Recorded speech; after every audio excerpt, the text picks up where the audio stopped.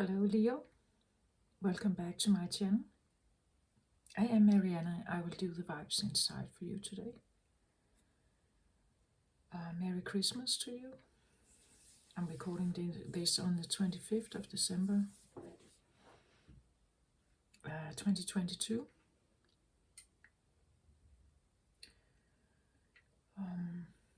So we are in the midst of the Christian Christmas holidays. For those of you who are celebrating, I hope you are doing well, having a good time, and enjoying yourself, and hopefully being in a safe environment and yeah, feeling blessed and happy where you are.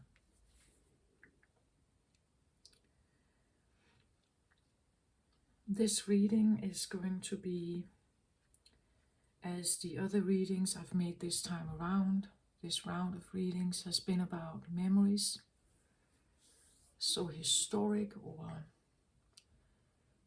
DNA memories that Leo may carry, knowingly or unknowingly.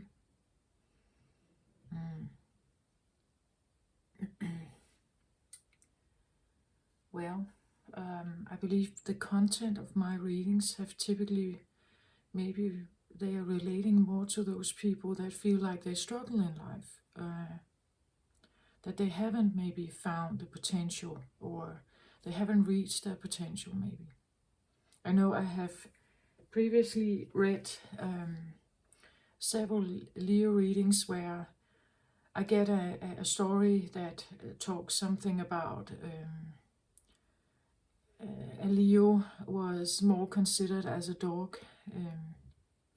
So instead of being a leader, climbing the ladder and becoming the king, you could say, of the animals, maybe you were designed, programmed, or you were told more to be a follower, so more of a dog following another leader, following a master, right? Something like that. I don't know if we will have this come through in Leo readings. I'm just saying that if you are a Leo and you feel like you have been struggling in your life somehow to manifest the things you want, or to feel that you could get success, right? Because that's a big thing for Leo, I believe, that to have the spotlight, to gain the success, to gain the respect, to master something and be seen and valued for it. Leo connects with the fifth house in astrology. The fifth house is about,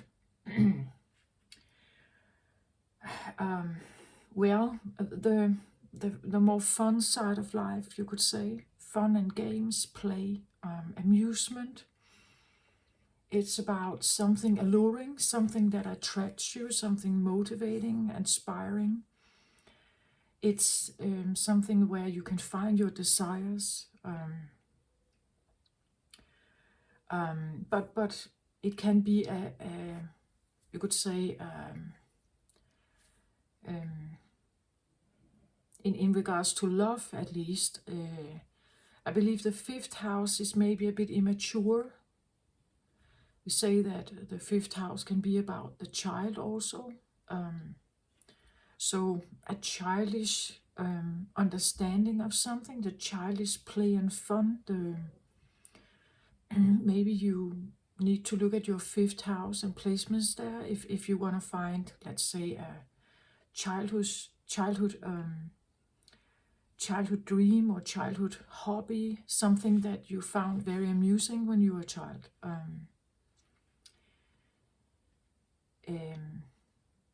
Again,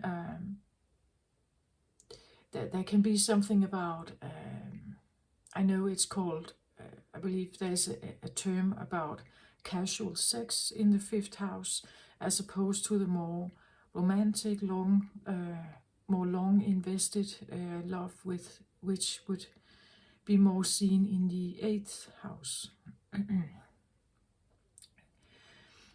So you could say for Leo, the fifth house, it is, I'm not saying it's all about quick fixes, but there can be this, I want to go towards what is the most desirable for me.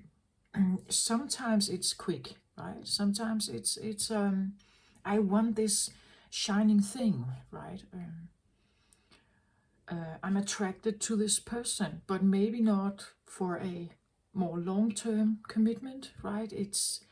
There is some kind of benefit here and now, and I'm taking the here and now somehow, right?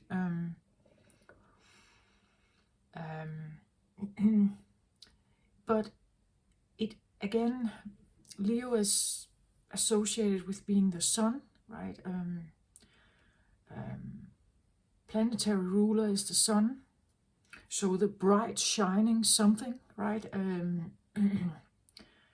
It's hot, it's steamy, it's maybe you could say passionate, right? It could be something like fun hobbies, playing games. It could be again this making, like making the most fun out of something, parties, festivities, get-togethers, and maybe possibly in a way also where we make a get-together to hang out with our friends. But not only that, we are also taking a lot of selfies and put them on the internet, right? We market ourselves. We make sure that it's shared somehow, so that it's a part of the you could say your image somehow. So holding some kind of image. So it's not just a private party. It can be at home, in your private home, but you probably will share it a little bit more, right? It doesn't really. It's fun and festivity in the moment, but the reactions that may come from the selfies and the photos on YouTube or on Instagram or whatever, you also get feedback from that.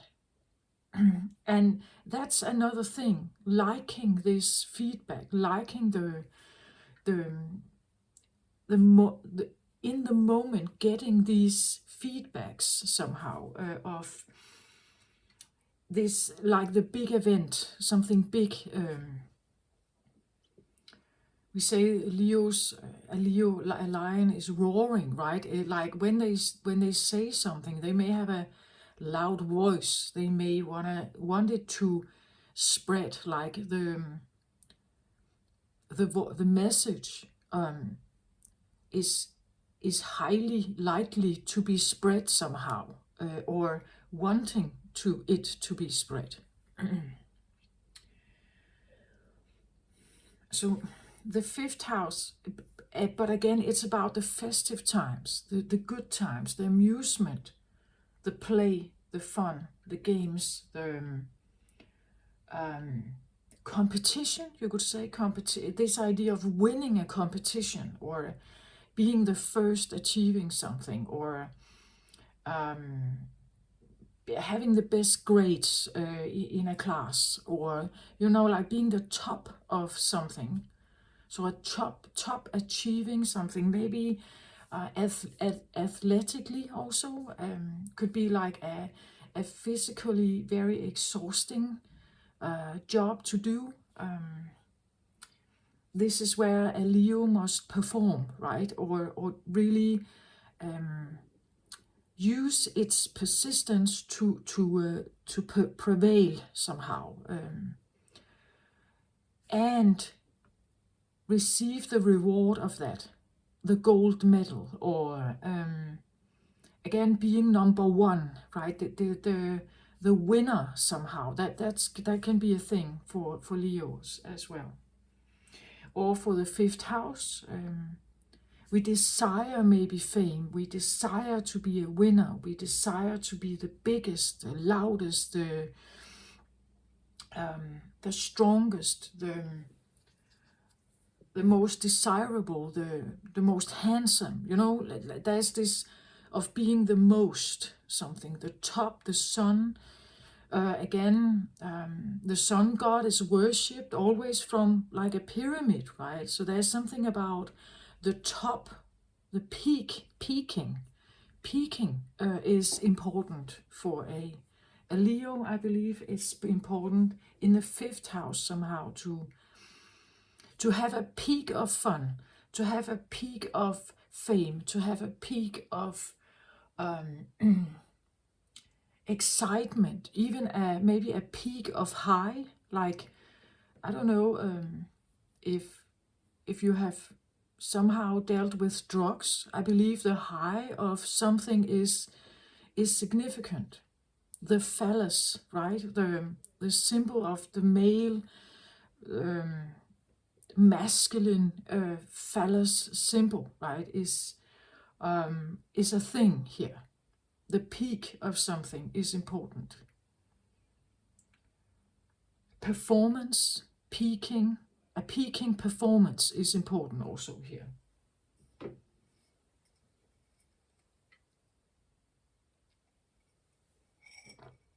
So, you know, if you are a Leo and you attend competition and you lose all the time, that's discouraging to anyone, but especially to a Leo, I believe.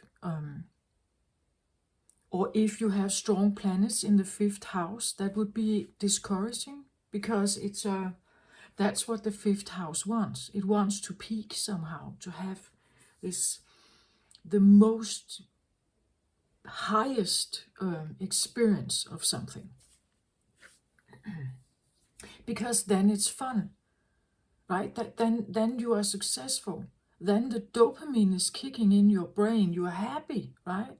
It's about happiness. It's about joy, pleasure, the lightness of light, the sunshine, the warmth, the embrace, the cheering, that people are cheering you, right? You are successful. You have the Midas touch, that kind of thing. That's the 5th house.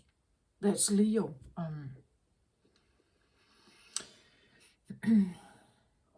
Very strongly, I got the the red color here today.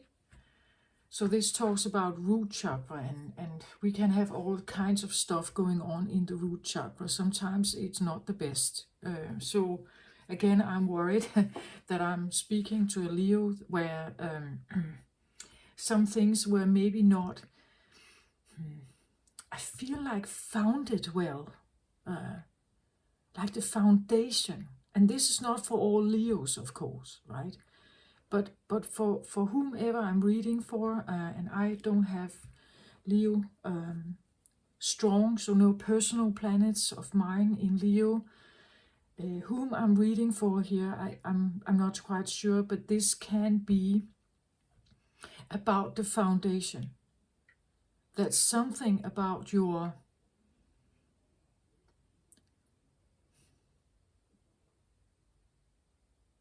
fundamental being, like from the get-go, from you were born, maybe, gave you a challenge, perhaps here. Let's say this is a health challenge, right? Or let's say you grew up in an environment where you were not encouraged to be you, right? You were maybe encouraged to be something else and punished for being you could say. Then the foundation, the fundamental you never got to grow or develop. And somehow I get the feeling that it's either or in this reading. Either your fundament was great, and this is quite healed, that the story, the memory that I'm going to read about today is about that, or at least the knowledge that the fundamental start of everyone who is supposed to be a leader is supposed to peak, because that's what I believe Leos are. They are supposed to peak somehow. Not necessarily only for their own personal gain, I believe for the gain of the world, right? Including them, of course. But for the world. And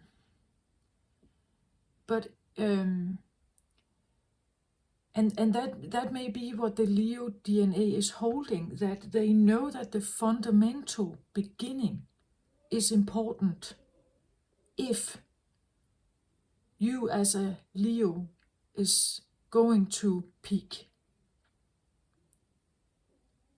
So what was the beginning like?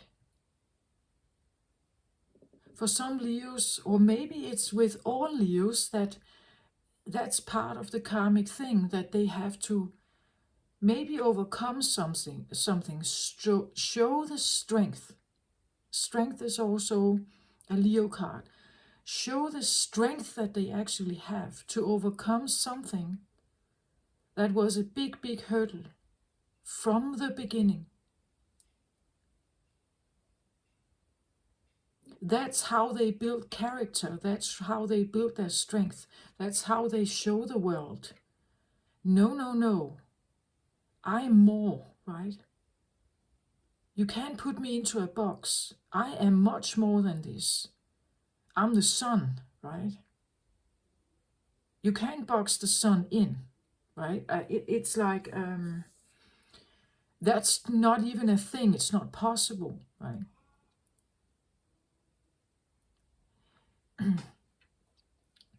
And this can be what the DNA of Leo is holding. So if you're struggling Leo, I believe that maybe you will find something from this reading that is just giving you the push to maybe say, I'm more, right?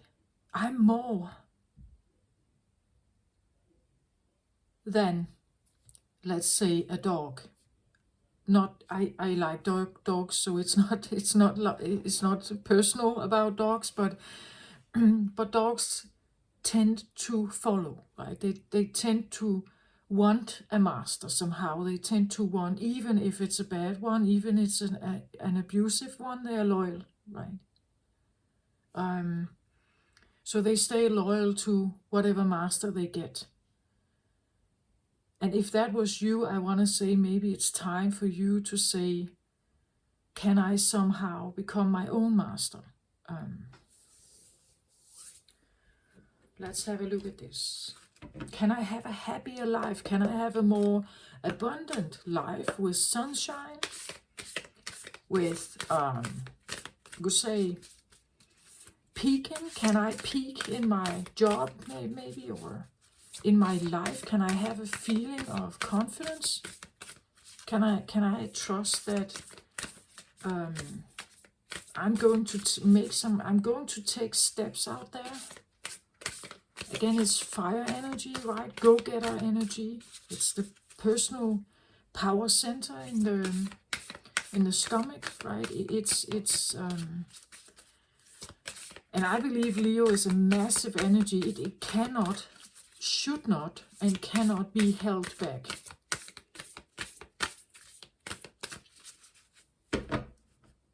Some Leos tend to use the power they are given for their own gain only. I also believe a lot of Leos out there are very generous and share everything and are not really... And it's because they know, right? They know they have the strength. If something, let's say you are borrowing their car and you crash it. Well, maybe not the best thing. But Leos know, but I can manifest a new one. Right? They know that it's not really a problem, right? So it's an energy that really deep down, at least if it's healthy, it trusts in itself, in its own abilities to secure itself and have everything that they need. And that's a big plus, right? It's a big plus in a world where there are many people struggling. Okay, so let's see what we have here. Overall energy.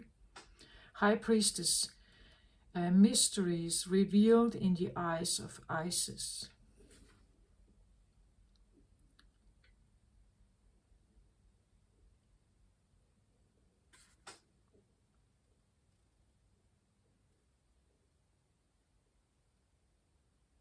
High Priestess. Mysteries revealed in the eyes of Isis.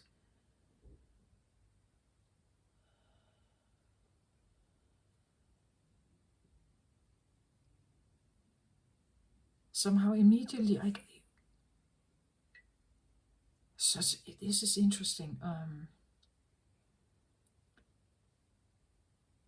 Immediately when I look at the card, I got to think about the Cancer reading, because in the Cancer reading, the underlying energy was healing the masculine, divine masculine, and the image shows a masculine who has a bit ghost-like eyes. He had a copper greenish skin look. You can look it up, the reading. The card shows him as he got through, the message from him was a bit like he was,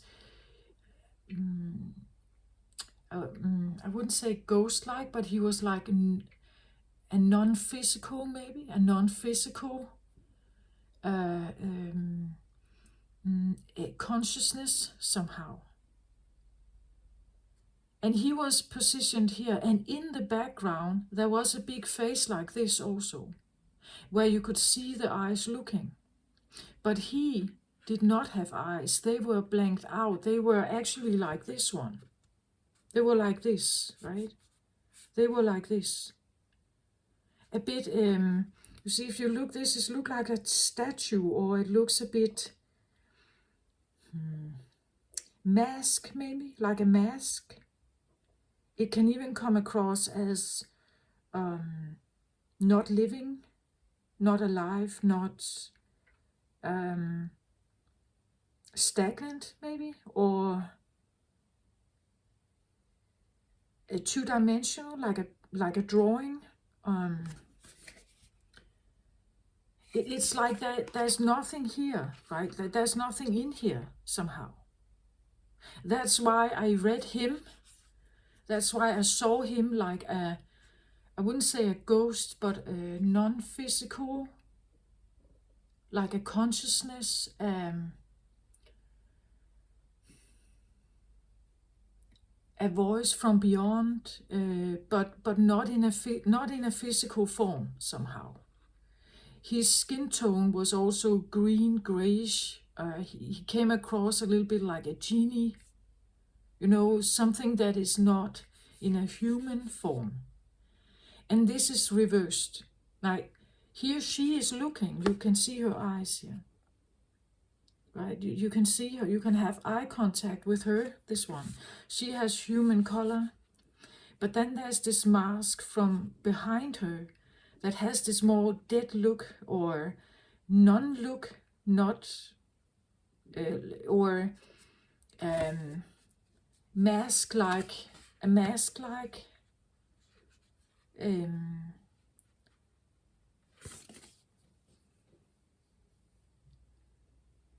like a statue, right? It's like looking at a statue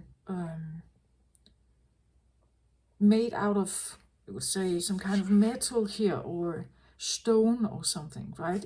That's so I that's the first thing I thought about when I took the card. It was that this is reversed from the Cancer reading, right? That there's something from, it was a underlying energy, so it's something that you could say, pushes from deep down, from the root chakra maybe, and it was kind of trying to push upwards to have a say, to have a voice, to be heard, to be recognized. Here somehow I have the feeling of, I have a high priestess here, Leo. High priestess is, in old Egyptian, ancient Egyptian, high priestesses were regarded as very sacred. They were living in temples, right? And they were worshipped because they knew something, right? They have this mysterious healing power, or mysterious ways of bending reality, or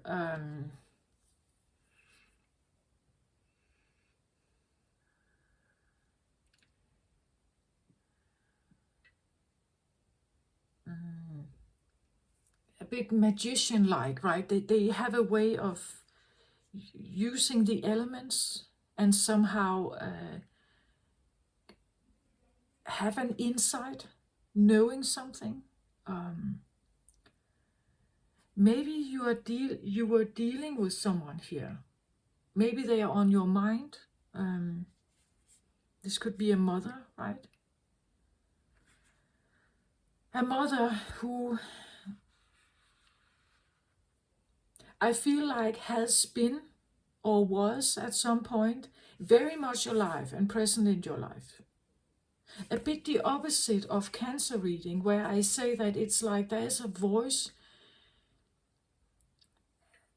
I don't like the word ghost, but it's the best how I can describe it. I don't want to use something like an evil entity or something, because I don't think it is or was either in the Cancer reading. It's a reminder that there is the opposite side. To an empath, there's always an opposite side. A narcissist, for instance, right? And I don't like those energies, but I must admit that sometimes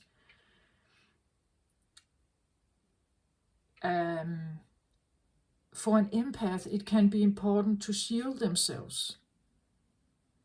And the only way you can do so is to become indifferent with the world. And that is a narcissistic trait.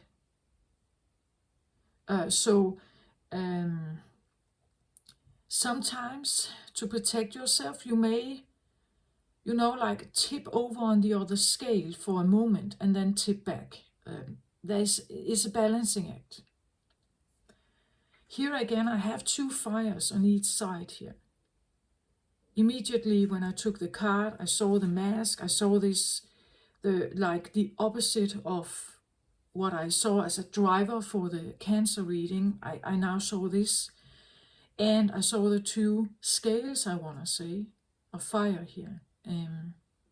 They look similar, like they are balanced somehow, or attempting to, maybe.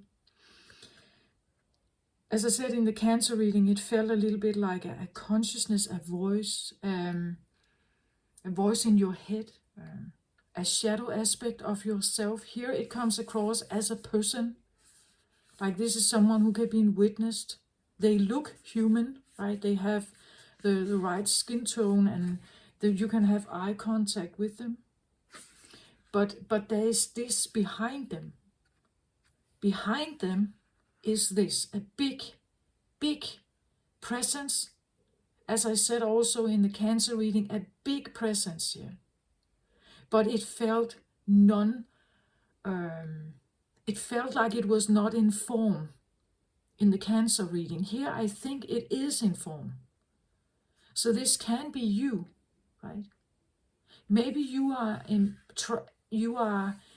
a bit secretive about your life at the moment, Leo. You are the High Priestess, perhaps. You're trying to figure something out. You present as this beautiful woman here. Maybe I'm speaking to a feminine Leo here. A feminine Leo, but actually having a big presence here. a big presence behind them, behind the face. This is someone in human form.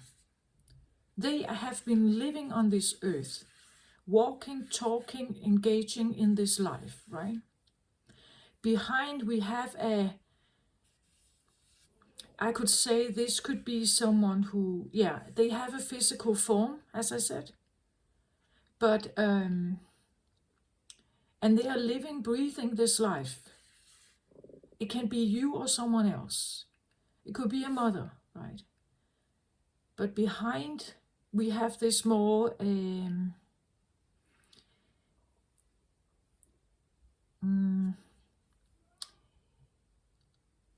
stagnant or frozen. We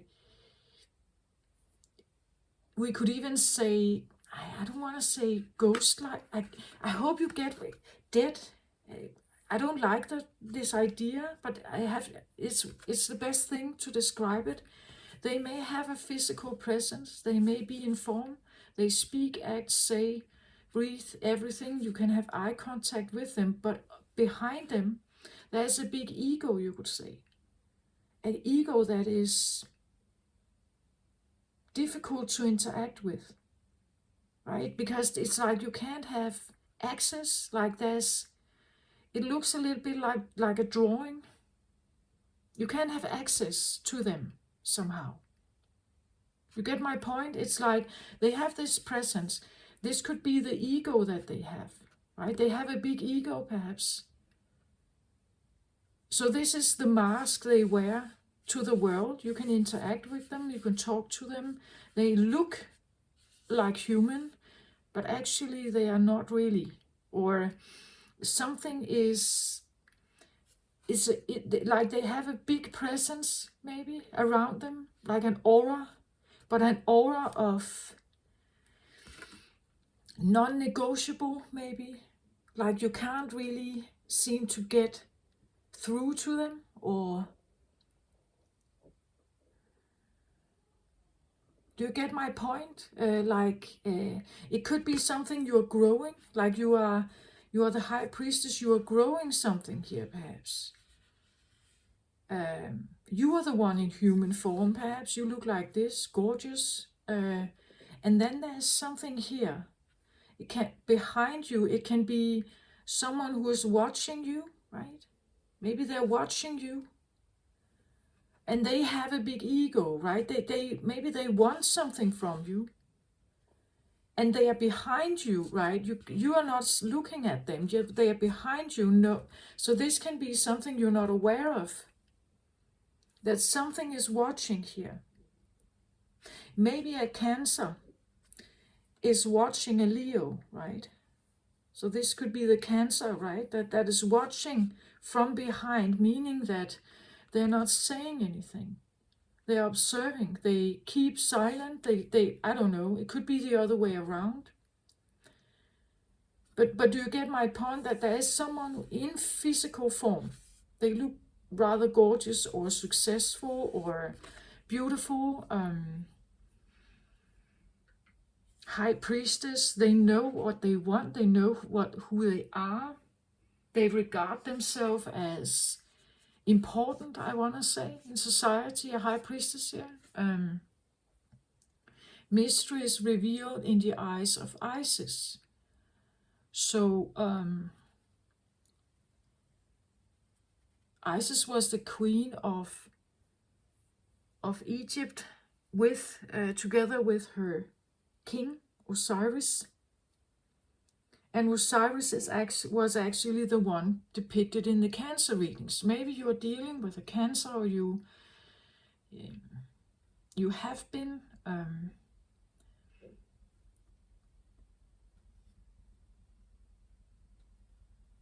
And it's interesting how this, I almost hope that I will get this other card out, but it's interesting how they are opposites. Osiris is in the legend of Isis and Osiris. Osiris was killed out of jealousy, and his body was torn into pieces and spread all over Egypt. Isis didn't accept it. She traveled all around Egypt to find the pieces of Osiris and to use her skills, her mysteries, her high priestess skills, to wake him from the dead. But when he was kind of waking up, she also realized he doesn't belong in the living world anymore, right? He is her beloved, but he doesn't belong in the physical world anymore because he did die, right? So he became the lord of the underworld, right?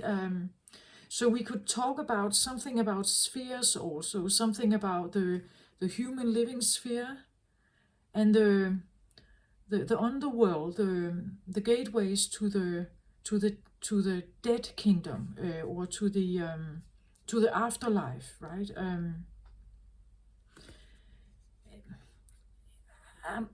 I'm not sure whether you are talking here to someone. Someone, as I said in the Cancer reading, like there's a voice that wants to have your attention, that wants to speak to you, but it may come from the other realm, right? This could be someone who was in physical form. They were maybe your mother, sister, a feminine energy here. A bit mysterious, I want to say. Maybe private, keeping to themselves, not speaking about what they are. And again, if they are not living anymore, I want to say they could speak to you from the afterlife. Someone who is like they are watching you or observing, right? It doesn't have to be a bad thing, right? This talks to me just about something that is not physical. It's not physical. This could be, let's say, a guardian angel. It could be a deceased loved one. It could be an ancestor, right? But it's like it wants it. Look at the mouth. It's just over her head here. So like whispering to you or something, like they are guiding you or something here. It really doesn't have to be evil or in any way. I hope you get my point. It's like it could be that, let's say you are an ancestor of Isis here, or Osiris.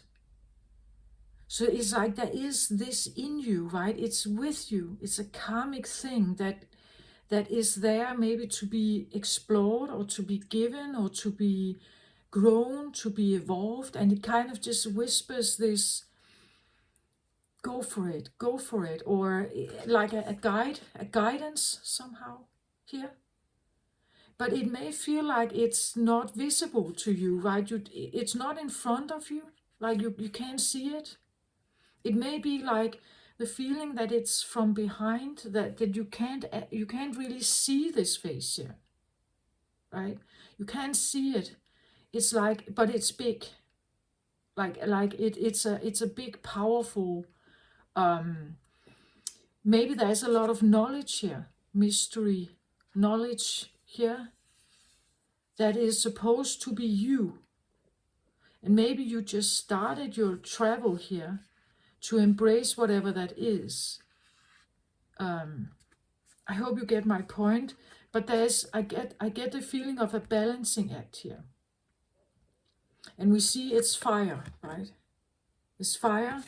So it could be the feeling of balancing maybe your human life, existence in this life, 3D dimensional, 4D dimensional life, and having this vision or this feeling that there's more, that I'm more than this somehow. And balancing these, you could say the fire, the passion, the motivation to do something. And then again, the human part of you here existing, or if this is you here, I want to say, could that be something that is holding you back from embracing whatever this is, or listening more, taking it more in? It could be the feeling I'm balancing. I hear two versions of myself.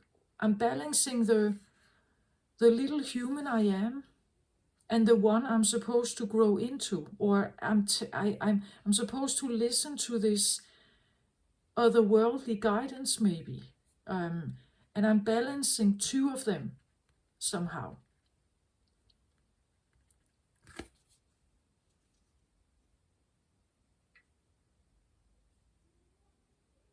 And then there's something else again about this, because she's a feminine here. Because, well, some places it's all right, I guess, but there can still be a bit prejudice about a strong woman, I want to say, woman leader. So maybe you are a woman here who is figuring out whether you could actually become bigger, right? You're listening to the voice, the guidance perhaps here. And you're somehow figuring out your fire here. If you have blocks in this area, the foundation of who you really think you are, you're figuring out maybe how to burn this away like the phoenix, right? Rising up, the phoenix rising up and spreading your wings, becoming maybe more indifferent what people think about you, listening to your own greatness, you would say. The guidance you get here, it's right on top of the crown chakra, right? Whispering to you, blowing, whatever it may be. It could be the feeling you can't see the path forward, you have no clear vision of something. But it's definitely there somehow with this one. So this can be in your dreams, it can be in a trance-like meditative state. Maybe something feels very present with you. And you're trying to balancing, the feeling of two lives at the same time. Or a transformation from one life to another. From one fire who may have held you back into another fire that is taking you to leap somewhere. Okay, at the bottom of the deck here, I get the Lady of the Stars, Priestess of Sirius. Sirius is the one, you could say, a very big star constellation. It's one of the biggest stars out there we can see in the sky. Priestess of Sirius is, I want to say here she's very much aware that she is a priestess of Sirius. So Sirius is a very, very big star out there. Meaning that there is extreme amounts of potential with her.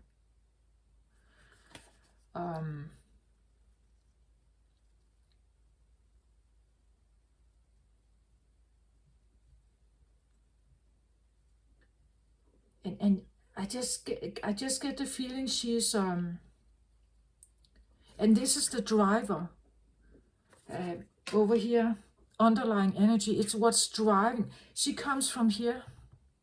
It comes from here. It drives something upwards, so that it's so it's like you have a bit like this inside you here, right? You have a sense of greatness in you here. You can look up the planet Sirius. It's very, very big. Very big.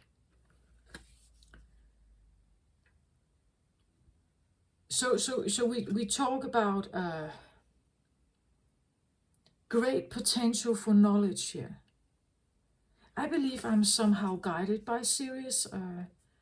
I've always felt a bit strongly connected to Sirius somehow. And I believe that Sirius is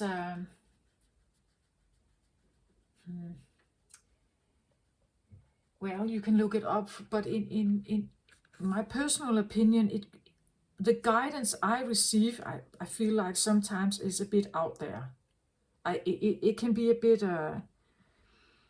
well, I don't know, intellectual. It's sometimes it's in like a physicist direction. It's a bit like a scientist exploring something. Yeah, like a scientist. It comes across sometimes as a. If you've been listening to my readings, some of the things I channel is, it's definitely maybe not for everyone out there, right?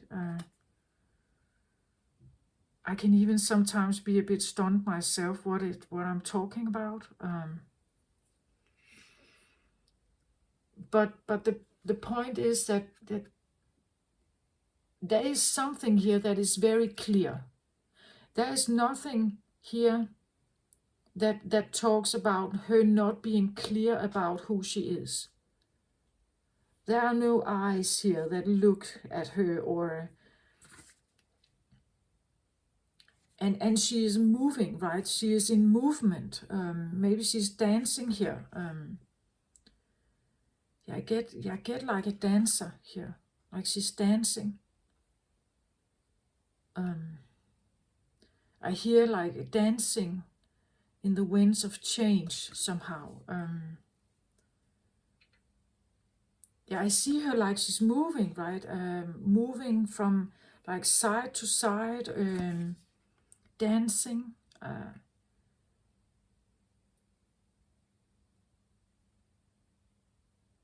I don't see anything kind of restricting her somehow. So this is a big presence, a big potential, a very big presence that is, I get dancing, like dancing, dancing the night away. I don't know, dancing the night away, dancing darkness away. Maybe she can dance darkness away, this one. Or dance, like the sadness or something. Dancing the night away. It could be that she's really a dancer. She likes to dance all night long, like, maybe she likes to dance in the night, being the feminine, right? Embracing the night, the club life, something like that. But it's like Lady of the Stars. So I get the feeling of very in tune with who she is, actually. And I see her in movement, like she's moving. She is on the move somehow. So whatever this may be for you, it's moving. Something is moving, changing, moving, dancing. Dancing the night away, or dancing the hurt, the something away here.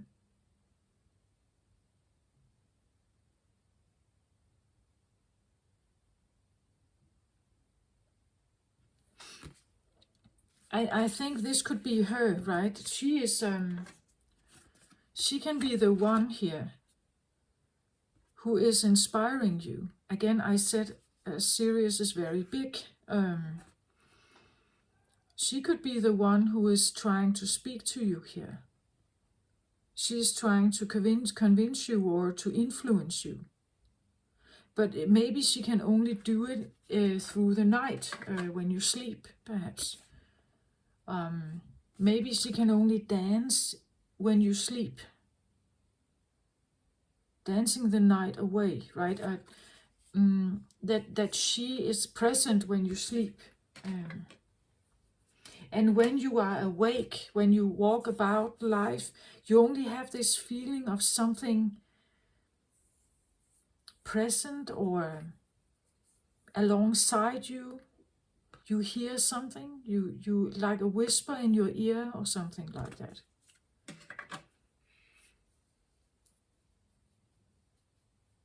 But I want to say it's a whisper that is, it's awakening something in you. It's preparing you for the High Priestess. Even if you don't know you are one, or it can be someone you're dealing with here, right? I will draw another card on her, this one here.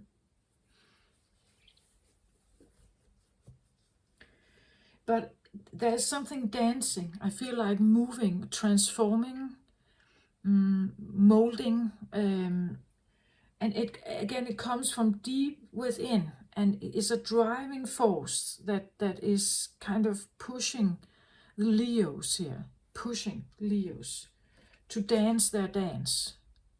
And can be subconscious. This can be something in your subconscious. Maybe that's what the red is about. Maybe it's a very passionate dancer here. Maybe you have a very passionate, at the root of you, the foundation of you is her. Like she's a free moving spirit. She's passionate. Swinging her hair. She could be maybe very sensual, very sexual, very powerful also, I want to say. It's a priestess here.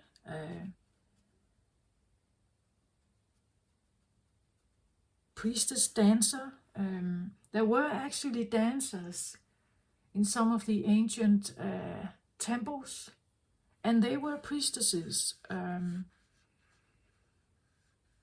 They could dance something. They could dance something away. They were not actually to interact with the men who came to the temple, but the men came to be cleansed somehow, cleansed of. That's what I believe. They came to be cleansed, and the dance. The priestess made a dance. There were several, maybe there were 8 or something, dancing. And the magic they did, the magic they could do with the dance was that they could somehow cleanse the room. They could cleanse maybe you could say a bit like the auras of the men. If the men had been battling, if they had vicious thoughts, like they were hurting somehow, they were feeling angry or something, the dance here could somehow calm them. It could relax them somehow. They were never to touch the men. The men could never touch them. They were on a scene, like a theater, right? They were a kind of performer, but the way they performed was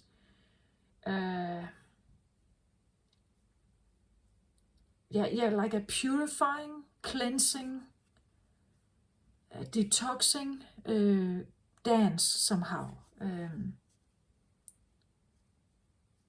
Maybe that's what this is, right? And you're figuring out to maybe implement some of this, and still you feel like, how can I balance like who I used to be with now this new incoming feeling that I may feel inclined to do. The High Priestess is quite psychically gifted, right? It could be something that you can't shut this off, perhaps. Like a radio station, right? It's like you can't just do this and say, no, I can't hear you, right? Especially if you're on a spiritual awakening journey, it could be something you are experiencing, that there is something here. It's interesting how I talk about the Leo being the masculine, fiery, go-getter energy, and then what I get here is I know this is the Isis Oracle, but I get feminine figures here. So I may speak to a Leo who feels a bit more feminine, perhaps. Again, you have maybe a Leo sun, but you may have a Pisces moon, for instance, right? Or you may have a Cancer moon, for instance, right? Or a Cancer Mercury or Venus or something like that. So there could be something going on between Cancer and Leo, because I have this feeling of the opposite.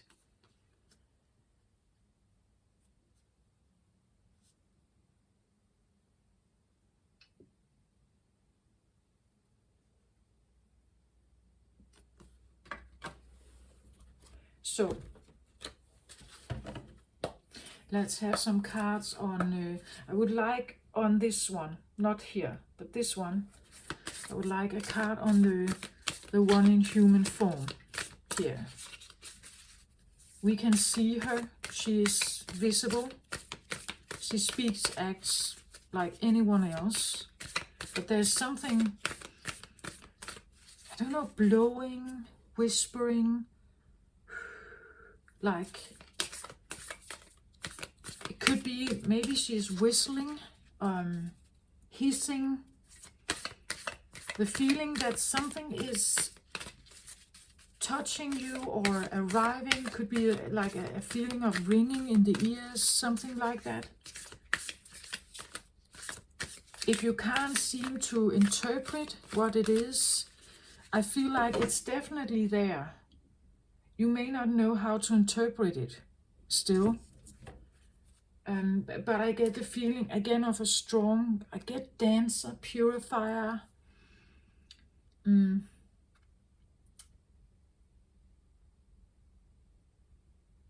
cleanser, a flame. It comes across, I feel like a bit like a flame.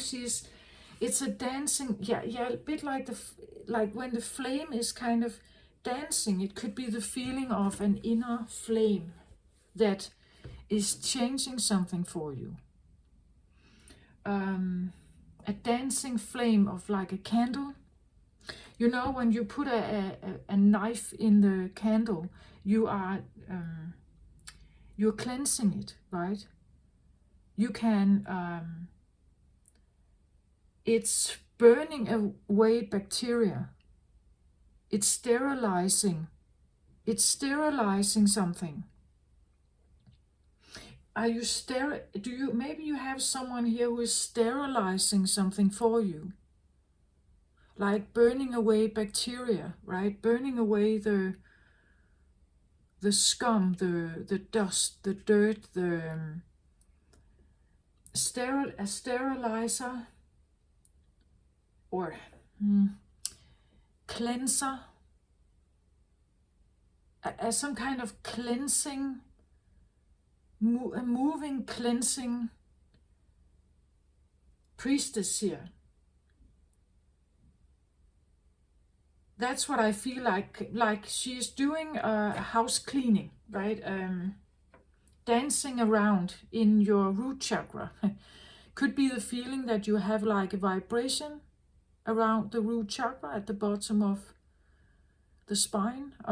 This feeling of like something tinkling or moving or something like that. Like she is dancing here, doing a house clean, detoxing, sterilizing, and you may have the feeling of ringing in the ears, or like the feeling of something like a wind blowing on your head, something touching your hair.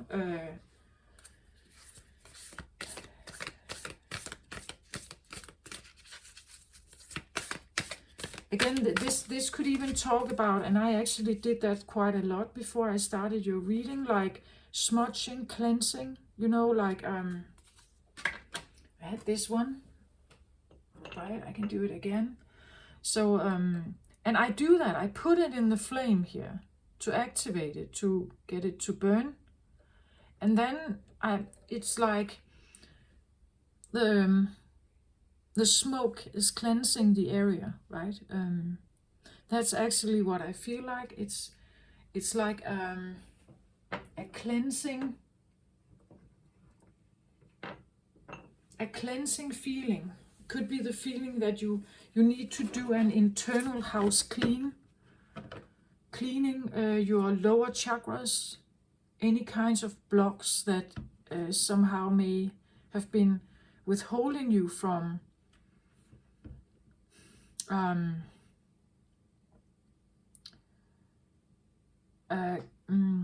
maybe accessing more, right? Accessing more somehow here.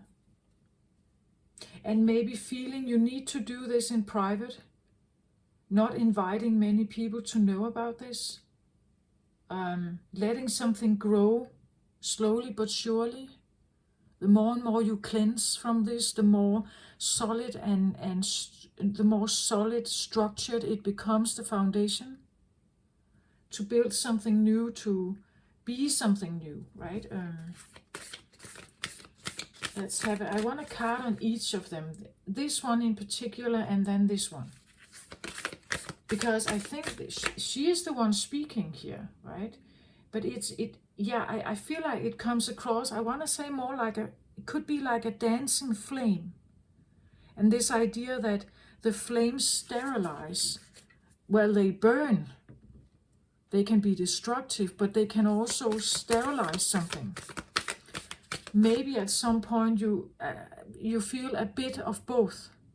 That could be the feeling also of the fire here, that the fire is both burning and a bit destructive, and at the same time cleansing and sterilizing, and because you can't stay the same. I said that in the Cancer reading also. You can't stay the same and become something new. Maybe you need to burn something away, and that may feel awful, to build something new, a new foundation. But that could be the feeling of like handling destruction and rebirth at the same time. Do you get my point of that? So again, how does that relate to Leo energy? It's interesting that it may come across as 5th house, amusement, fun, love, games, play. Is this a game? Maybe a situation like this for Leo may feel like a game. That this is a challenge. Are you up for the challenge then? I believe Leos are. But if you have Cancer somewhere in your chart, I want to say maybe this is where you feel that it's kind of burning you also, right? That it's a bit tough journey. Somehow feel like you could be connected to Cancer, or you have Cancer that is also in your chart, maybe in an aspect that is, I don't know, not helping you somehow or challenging you in whatever rebuild you are doing here. Okay, let's have some cards here now. I feel like this is okay. Let's have a look at this. So one card for her here, please. The Architect. Hey, you're building something. The Architect is definitely a builder. You're rebuilding something. I feel like rebuilding, because when I look at the drawing here, it feels a bit like ruins, and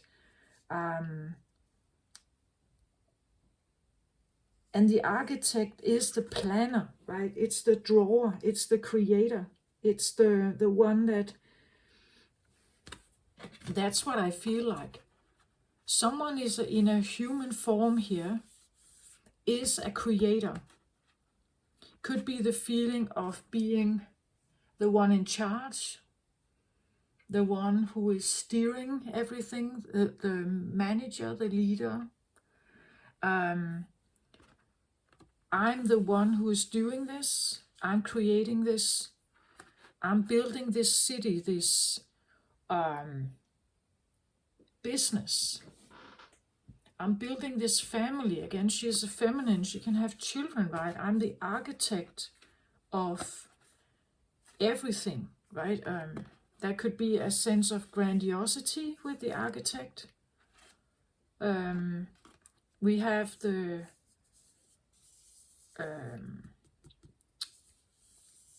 purple color here, meaning that you are somehow, again, I said something about like, it's like it's blown, whistled, song.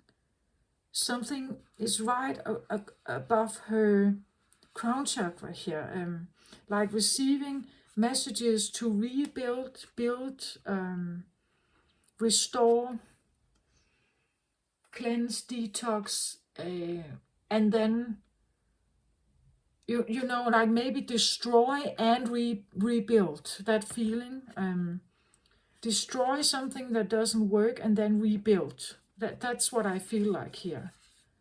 Like something is guiding this. The flame here is guiding this, and you are the one who is supposed to take action because you are in human form here.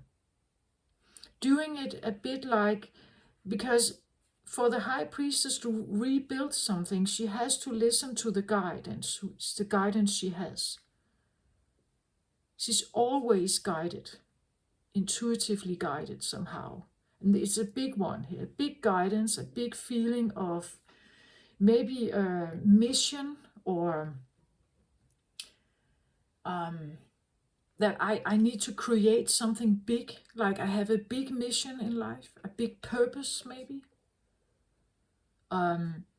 So if I haven't done it yet, I somehow have to, again, destroy, rebuild.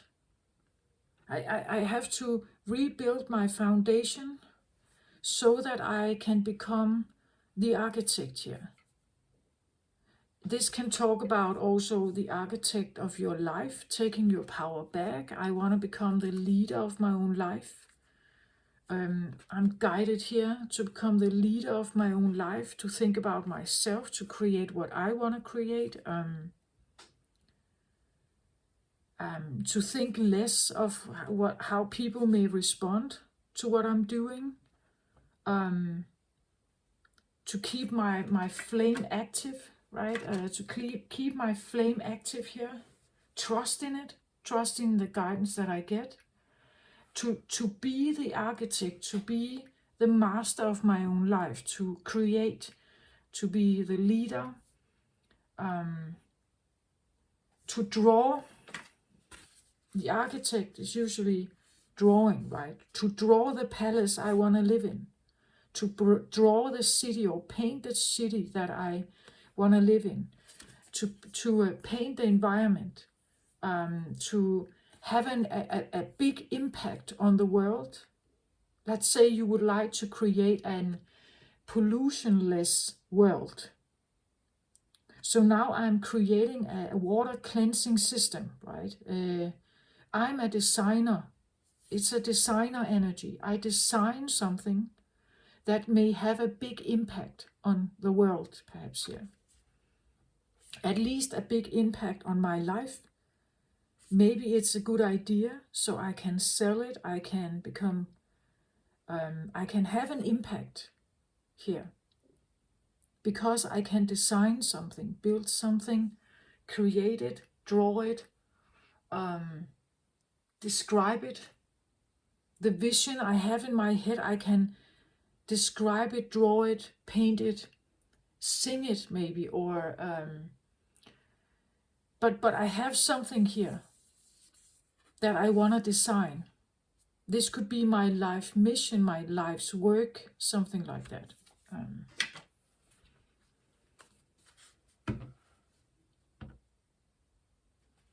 So at the bottom of the deck for this here, the Queen of Forces, this one came out also in the Cancer reading as a clarifier. Reversed though, but here she is. The Queen of Forces, this is a balancing act between shadow and light. And what you are doing here somehow, you are again, this idea of the scales, or balancing two fires, or having like this idea of black and white, or this can be like the feeling of handling your shadow and your normal life.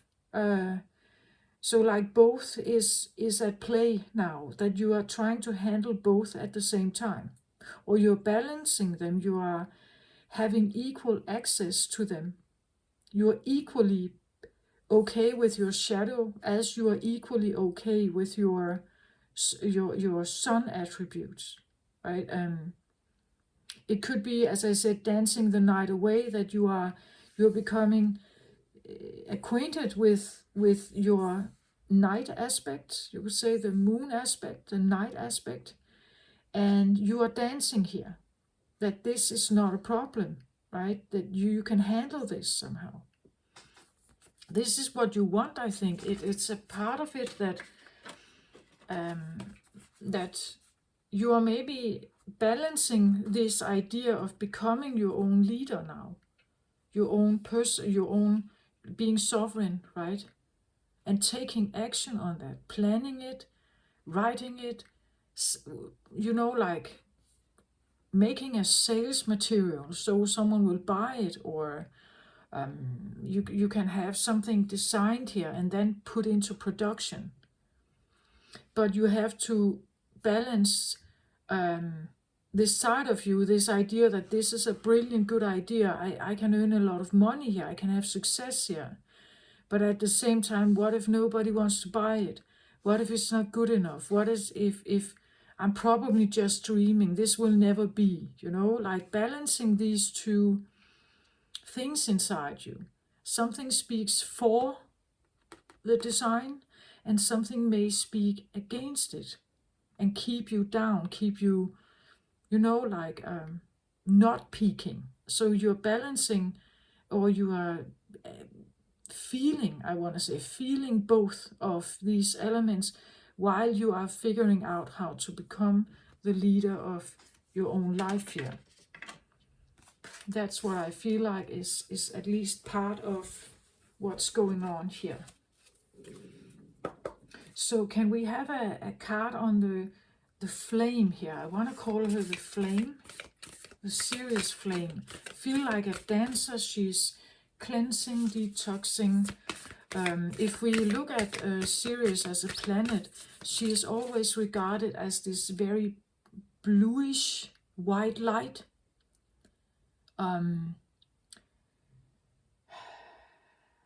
It's a very, again, non-negotiable light. You know that from the cars.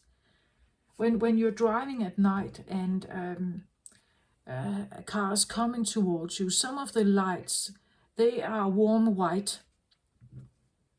They are warm white, meaning that when you look at them, they are shining quite bright. But when you meet a car who has a blue white light, it's very persistent, right? It hurts in the eyes. Actually, it's more white. It's more white.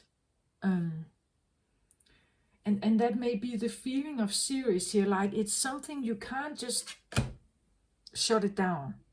It has a way of like really penetrating and being almost like irritatingly light, right? It's irritatingly persistent, this one, somehow, and you can't really just shut it down. It's a light that is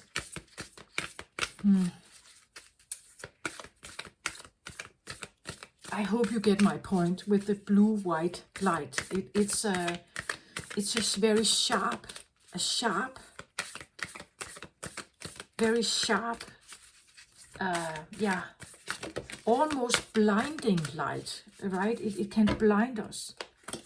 So I have this one, the Lookout. Standing there looking for something while the ship is burning.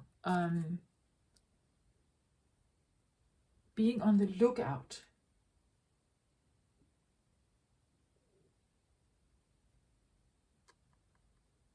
And that could be you, right? Maybe you have been on the lookout for something.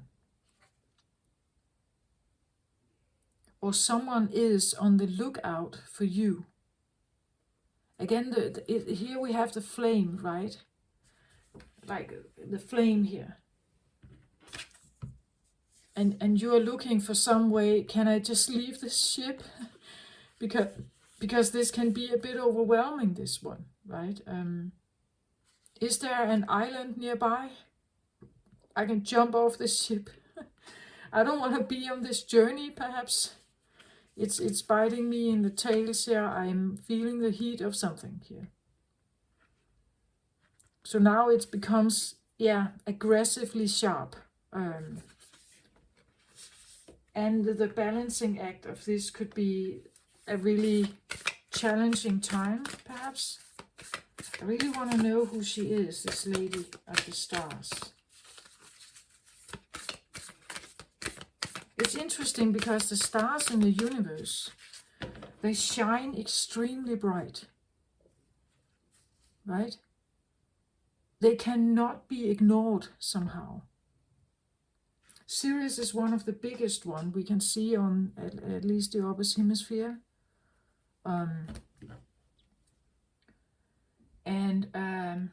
It keeps being there, right?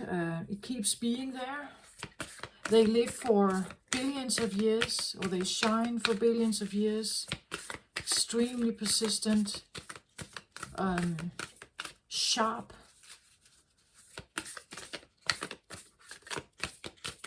They pierce through the darkness, right? So on the dark sky, the stars is always something you can see. They pierce through the immense amount of space, dark space, and we see them anyway.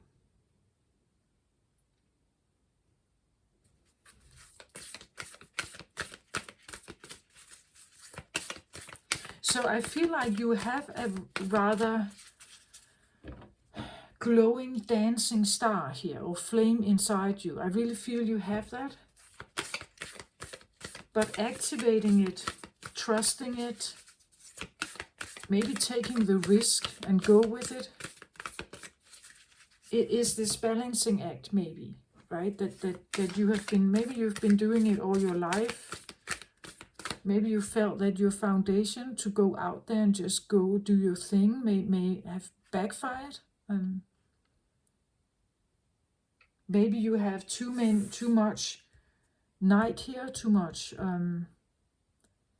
second guessing, not believing in yourself, not trusting you're good enough, not believing you can do this, not believing that you matter, that you are worthy, that you are deserving, that you have something brilliant to bring to the table here.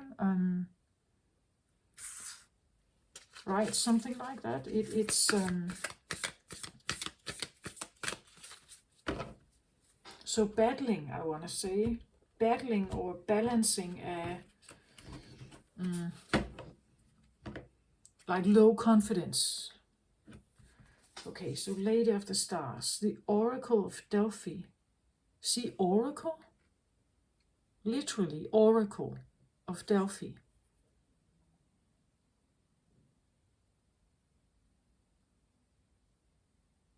Look at her sitting here. She is raised up, sitting on a pedestal, right? She's this is card number 1. Being an oracle is very wise, right? She knows a lot, this one. And the Akashic Library at the bottom of the deck. This is like your Akashic Libraries, and this card number 2. Akashic Library is like, this is your karma, right? This is what you bring with you from other lifetimes. So you bring wisdom of an oracle here with you. This is the burning flame in you here. This is the architect, right? The architect of something big, perhaps here, right?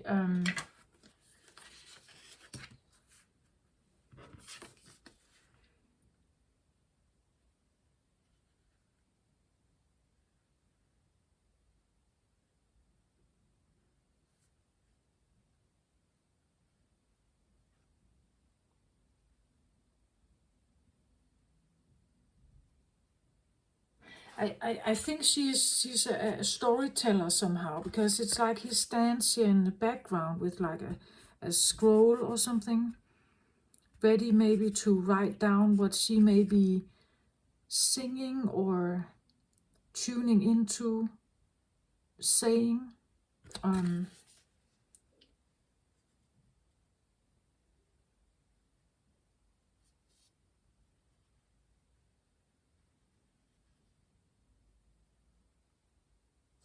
she's quite beautiful, right, when she sits here.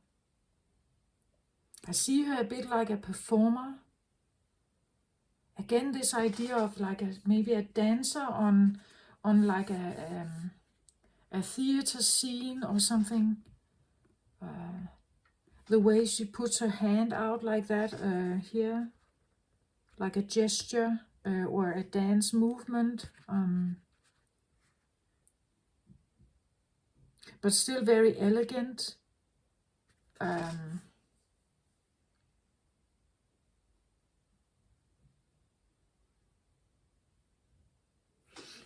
feel like I wanna have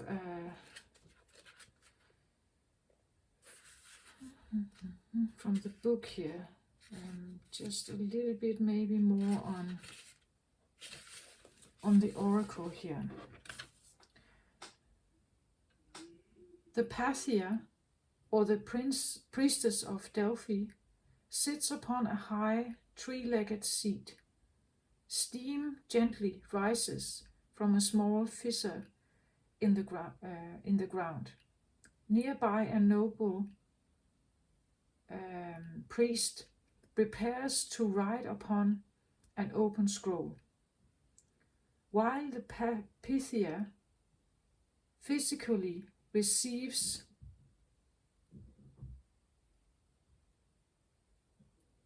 Pythia, I'm not quite sure how to pronounce that, but while the Pythia physically receives the perceptions from Apollo, it is the priest who interprets her pronouncements. In this we see the two important keys of psychic experience: perception and interpretation. This feels a little bit like channeling, right?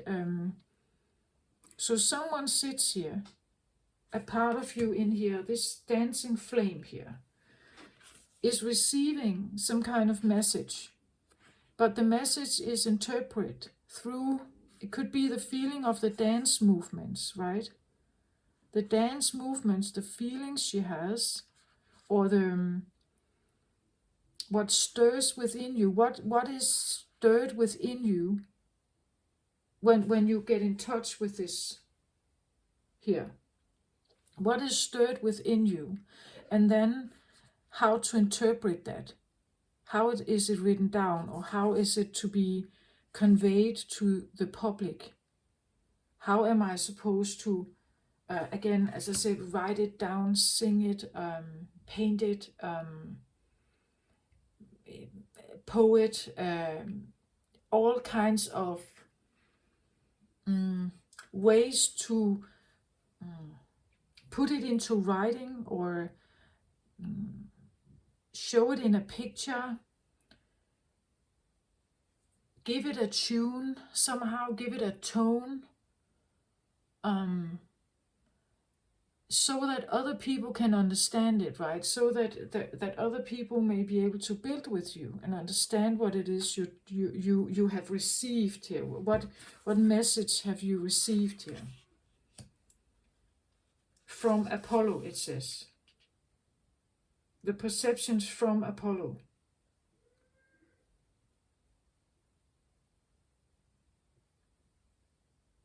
It is the priest who interprets her pronouncements. In this we see the two important keys of psychic experience, perception and interpretation. When you receive this card, you are in a time of great insight and psychic power, even if you don't recognize it yet. It lies very close to your consciousness because you have used the gift in so many past lives. Exactly as I said here, Akashic record. This is you. It's karmic knowledge. You have this with you from other lifetimes as well. It's supposed to be opened up. You may get images or feelings without knowing how to interpret them.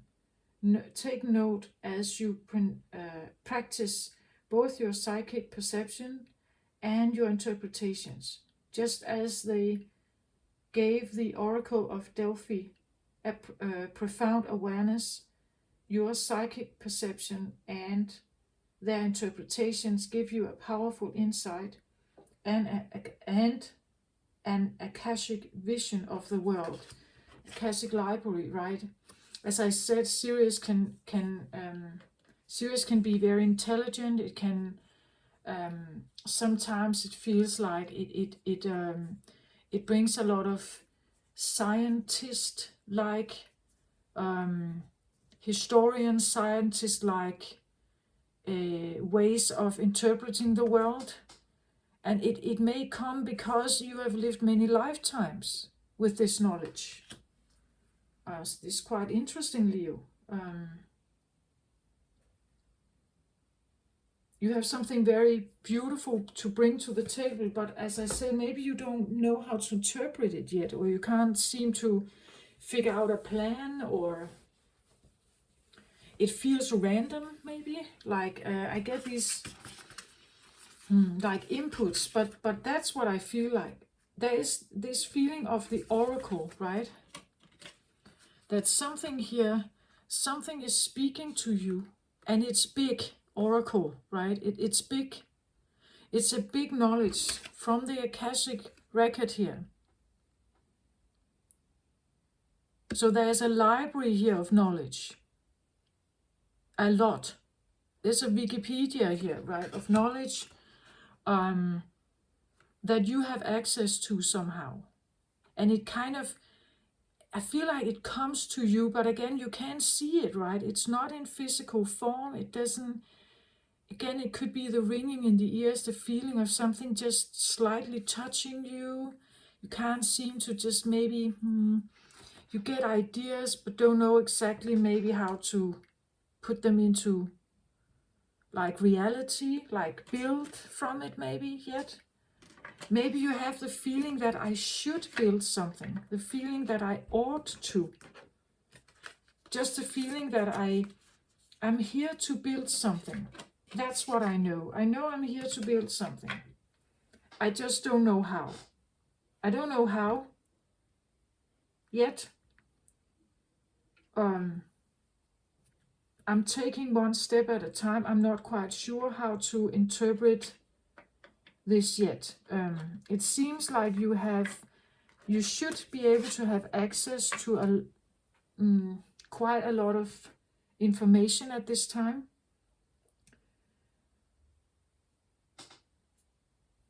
I don't know, maybe if you dance at night, just allow your body to move and tell yourself you want to connect to whatever this is. To figure out if you can somehow interpret whatever that is for you here. Sorry, almost tipped over the camera there. So what else can we have here? Why is the red? Why is the red here? Because I feel like it's a balancing act, yeah. Shadow and light. this idea also of, you know, like coming from maybe a more passive or anonymous life into a more the spotlight perhaps. Have you problems with the idea of being successful? That people suddenly look at you, that they suddenly find you interesting, they suddenly will is that like a feeling of overstepping your personal boundaries or something like that? Or the private life. I know cancers can be private.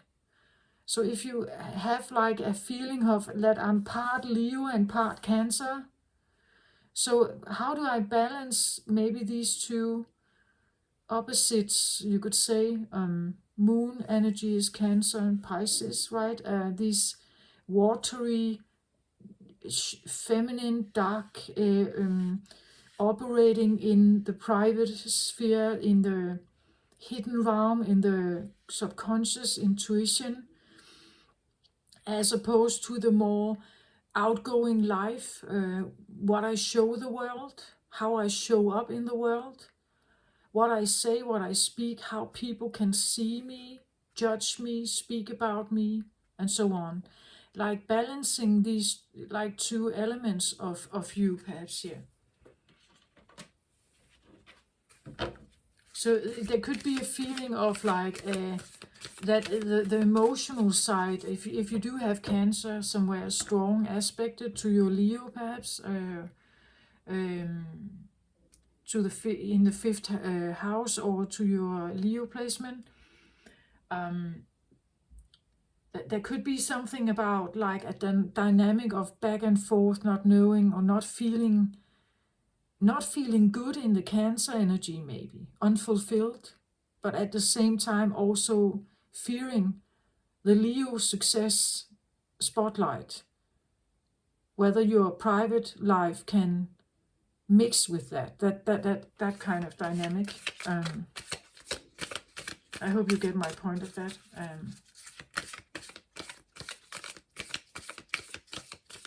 I would say though that a Leo energy would normally be stronger, right? It would take over.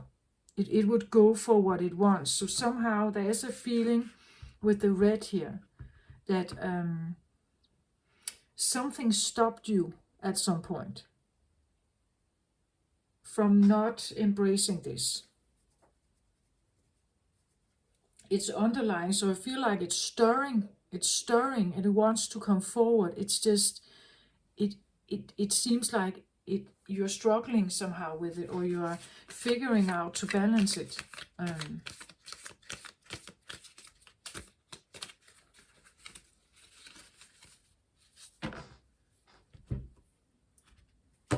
What is the red color about? That's what I want to feel. I want to feel like I need 3 cards here, I feel like. And at the bottom of the deck, I get the Page of Swords here. Let's have a look at him.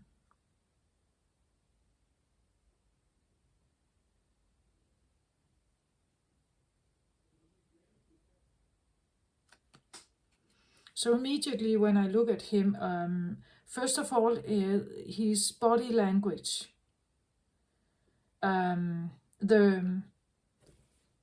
The shadow element of one side of his face and the more brighter side of his face, and the entire posture. To me, he actually feels a little like he is passive aggressive, like he is holding in some kind of anger. He actually would like to swing this sword and just shout at you exactly what he feels, but he's not doing so, right? So again, this feeling of an inner struggle that I want to speak my truth here, but I can't, or I shouldn't, or at least I'm holding myself back. And we have these 2 birds sitting here, and that also tells me that maybe you've been holding your sword here for a long, long time. the birds are not scared to land here. Maybe this is a feeling of being stagnant in a position, frozen. Frozen because you have an inner battle with yourself here. Whether you can actually take this sword and swing it and cut someone if you feel like. I get a bit of like an angriness from this side here, right? And then this other one who says, don't do it. Don't explode, right? And this one says, but I want my will. I want to do what I want. I want to speak my truth. And over here we have like this debate going on.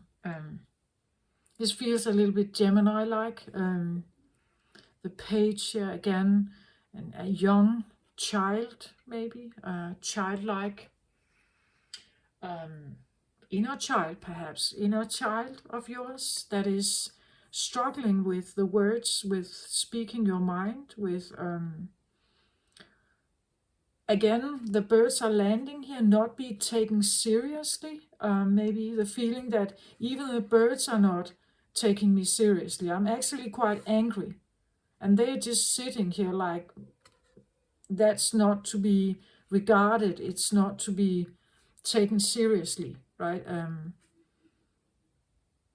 Someone struggling here back and forth with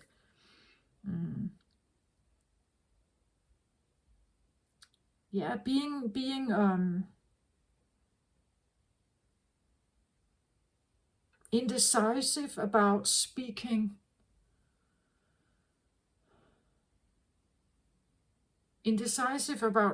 your truth about something, maybe as a child, right?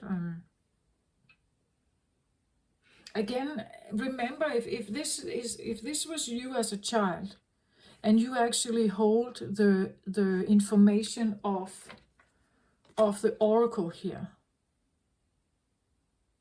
If someone didn't listen, if they didn't write down on the scroll here, right? If they didn't trust you, if they didn't trust your message, every time you tried to say something, it wasn't regarded as important. It was just regarded as nonsense, as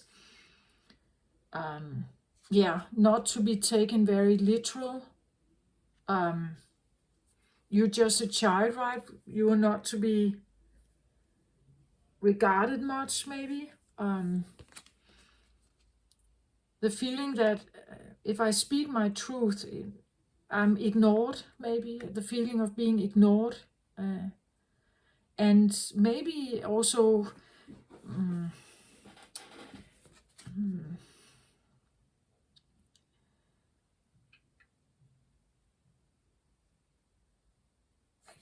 I see him a bit on guard, like a bit defensive. A bit defensive and also sad, I want to say. It's like, but you're not listening to me anyway, right? You're not listening to me anyway. No matter what I say, you're not listening to me anyway. And this feeling of being frustrated and angry about it. On guard, he has his sword, but it's not really helping him, actually, the sword. I feel like he's ignored. Nobody is really listening, and it's making him very upset and split somehow. Because, again, you do have a lot of information here. Valuable, extremely valuable information. You have lifetimes of maybe being a trusted advisor, an architect, like in a high position, leadership, management, right? You have that.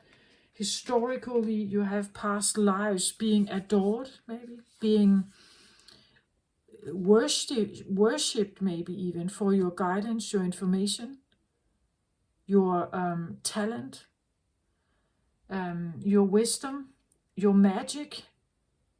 And now you have a life where you're not really regarded, you're ignored. And how that makes you feel, like especially as a Leo, right? Having to deal with the fire in you, right? The flames here, how that makes you feel. So let's have a look at this one. Four of Pentacles. Yeah, Four of Pentacles is a card of worrying. Worrying for your safety. Worrying you have enough, that you are enough, that you're good enough. Worry you have enough to bring to the table. And literally bring like, can I manifest something tangible here, Pentacles? Can I manifest in this life? If nobody is listening to me, how can I fulfill my purpose of being the architect here? Like a new, maybe a new scientific project, a new revolutionary, world-changing approach to something here. How can I ever get people to listen if they, even when I was a child, they were not listening? It has made me second guess my position in this world. It has made me second guess that I actually am worthy. If they are not listening to me and they are not listening to my plans, what I write down here, what I try to convey, what I try to pronounce, what I try to say, my predictions maybe are not listened to, ignored.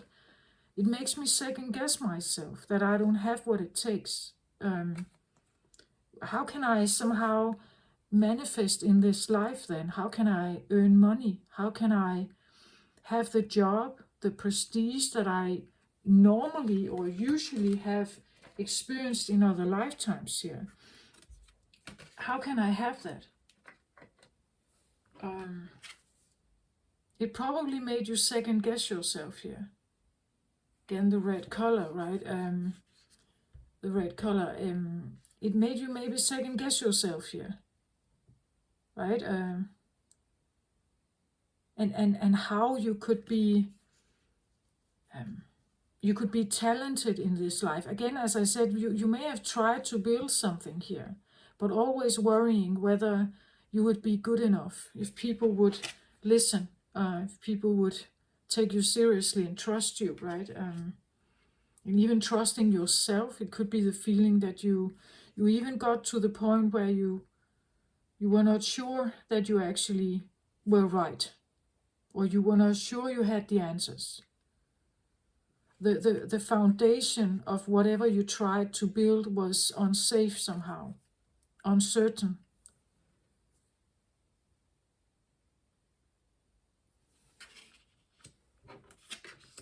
Next card out again in the middle here, we have the Ace of Pentacles, and I think a big one here, right? And that's what I feel like. This here is a bit like, see, the similarity here is you being, this is you right here. And then you have all this information here. You have all this knowledge. It's there somehow. It's just figure out how to translate, interpret something here. Look at this beautiful stallion here, this beautiful male, strong leader of the pack, right? This feeling of being very masterful, sitting with a lot of feeling that you sit with a lot of information, that there's something here, like you're holding a big star, or you may feel like you're carrying something. Again here, like you're carrying something here, but it can't come out. It can't come out, and it's the feeling of how do I somehow manifest this? The Ace of Pentacles would be a new start, right? A new start of being someone who can interpret this and bring it into your life, meaning that now you are seen as this. You are seen as the leader of the pack. you know, but the reason that this may be a problem is because initially it has been ignored, and it has created a shadow side in you where you doubt yourself, where you are not given the opportunity to be listened to, be taken seriously, to be regarded as important. It could even be that it became your shadow, meaning that you don't even know how to access it now. You hid it. It was shameful, maybe. Maybe it was, maybe your family thought it was dangerous to think and speak in that way, right? Maybe you were punished for saying something. This is definitely, I feel like a frustrated young man here, very frustrated. Angry also, bitter, a bitter, frustrated young man. Ignored, but also kind of frozen, like he hasn't been moving, and that's why the birds are here. They are not afraid of him, right? It's like, this is like almost like a statue. It doesn't move, so we can sit here, right? No problem. But inside this frozen boy, we have a very frustrated, bitter young man here. So a sense of the masculine side of you could be maybe knowing that, a part of you may know that you have something here. Again, that could be the grandiosity of Leo, right? That it wants to peak, it wants to be big, it wants to have this. Maybe the feeling that I know that I know this is me somehow, but nobody seems to see it, nobody seems to understand, nobody seems to care. Nobody valued me like that. And that got you to second guess yourself, right? It got you to take different jobs, maybe different education. It got you to feel less safe here, and less regarded, less valued. And definitely with less greatness, right? The opposite, more of a, I'm not the king, right? I'm maybe more of a helper. I'm an assistant to someone else, perhaps here. But there is this, that it's like, it could be the feeling you're carrying something that is so much bigger, that there is something bigger. It's just how to access it. And I want to say, you probably have to speak to this one. If this is reparenting yourself, doing shadow work here, figuring out how to unfreeze this one and speak to him and figure out why, what happened, and how can you somehow make him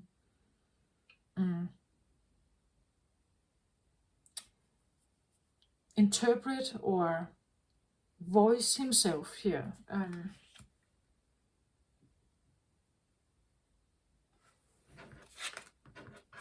The next card out is Justice. Here again we have the scales, right?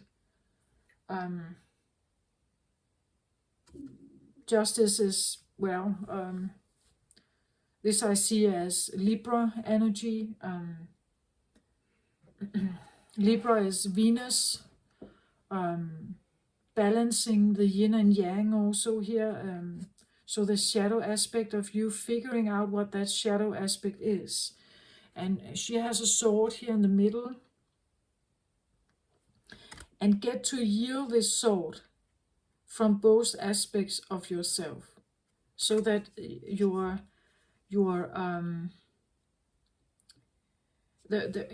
could say, if this is a shadow aspect of yourself, he has both sides has to be listened to. Both sides have something to say, and figuring out to balance them here within you, so that he becomes more of a healthy young man again, who knows how to speak up and speak his mind, who is not frozen in time, who is and very talented and very knowledgeable, who speaks his mind and who has boundaries and everything, right? Who is listened to.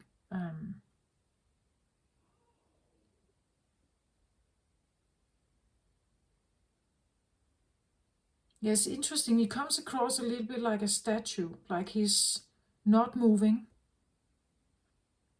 But I said that this felt a lot like a moving flame, right? A dancing, moving flame. But he doesn't seem like that. Something happened here with an aspect of you. This is air element. So this could talk about a part of you that didn't grow up. I want to say a part of you that is still stuck in time. I want to say stuck in development. Air element, Gemini, Libra, Aquarius here. We have Libra here as well. So something wants to be balanced here. Could be that you are Libra. You have Libra somewhere. And Libra was challenged here. The Libra element of you, which is very dual, with the two scales here. I did mention it already here, something about the two elements of balancing something here.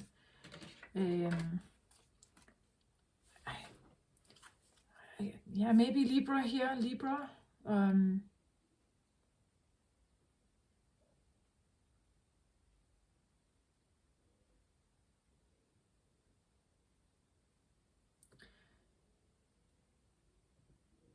And Libra is all about balance. I believe one of the karmic lessons for a Libra is to figure out a balance. Again, this is about balancing the yin and yang. It's about balancing the dark and white. That life is also not just light and darkness, right? It's not just good or bad. That life is sometimes a blend of something. And maybe you could say the elements need to blend here as well. That there has to be a gray zone, or there has to be a place of maybe inner acceptance also, forgiveness and moving on from the black and white thinking.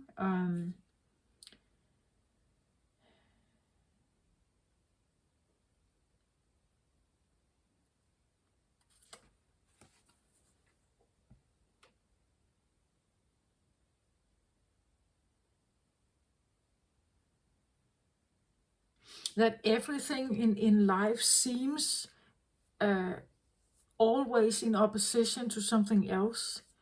So if someone is good to you, you see them as good. They do something good, nice, you see them as good. If someone does something bad to you, in how you see the world, you regard them as bad or evil, perhaps. But it doesn't have to be that simple. We are complex being. Maybe the next day, someone who treated you well one day is treating you awful, and now you are sick. Now you are suddenly hating them, or you're suddenly being disappointed with them. People are not as either good or bad.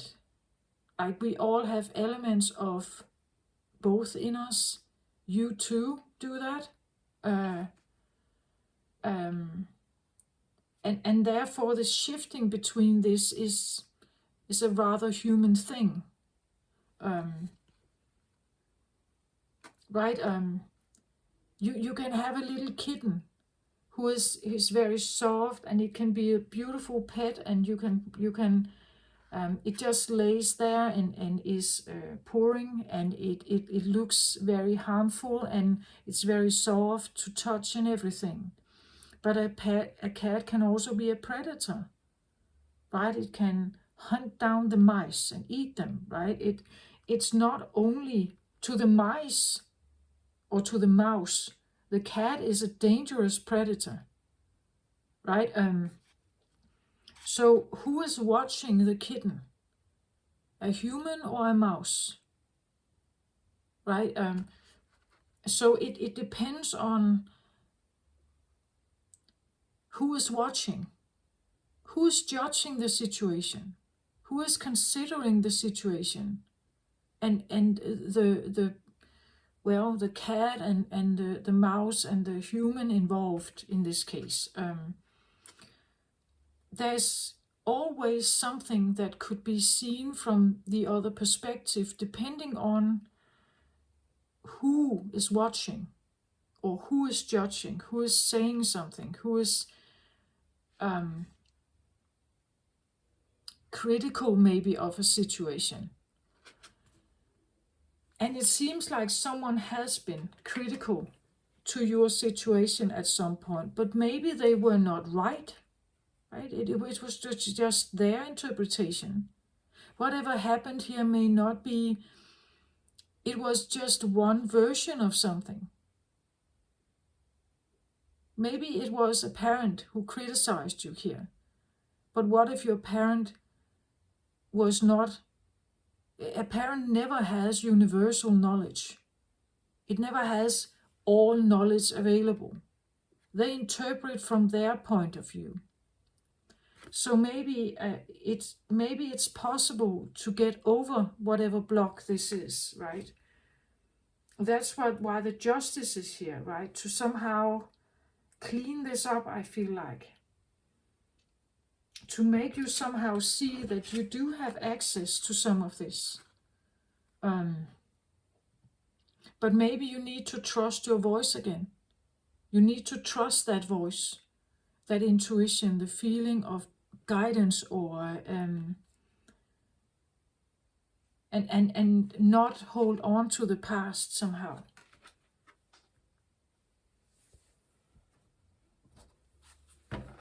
I want to know a little bit more about this page here, because this has to do with your voice, your words, your perception, your brain, your identity, your way of thinking, your way of speaking, your way of communicating to yourself and with others, how you interpret the world, your social construct of the world. How were you brought up? Right? What were you taught to believe in? And this can be changed, of course, right? But as a child, it's funny about the children, but they are kind of loyal, and they simply trust the parents, that whatever they tell them is the truth. And I believe this young man here didn't get the whole truth here. Was not allowed to have their own truth, perhaps, right? Can we have a little more card on this? Tower, right? Something definitely was broken here. Not allowed to be, to exist or to be. He's falling here, right, to the ground. The feeling that something is not available to you, maybe, or not, something could not be spoken, could not be said, could not be, maybe he was literally thrown out of the window here, right, and out of the window and fall down on the floor, dying here, right? Maybe he stood by the balcony, tried to defend himself, and he was pushed over the balcony here for speaking his truth, right? So he was hurt here, punished or hurt, or,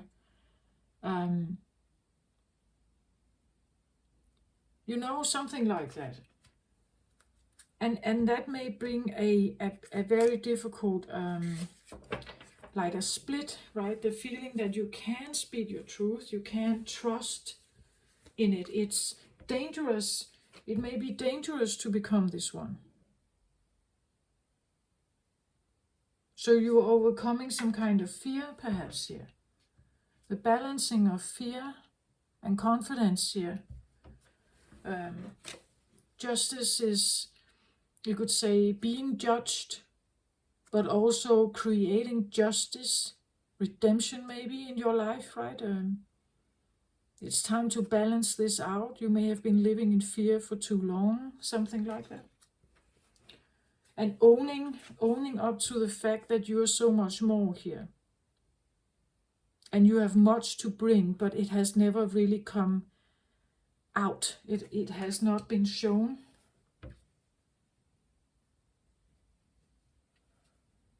Ace of Swords, yeah, it's like you need a new voice. You need you need to trust in that voice.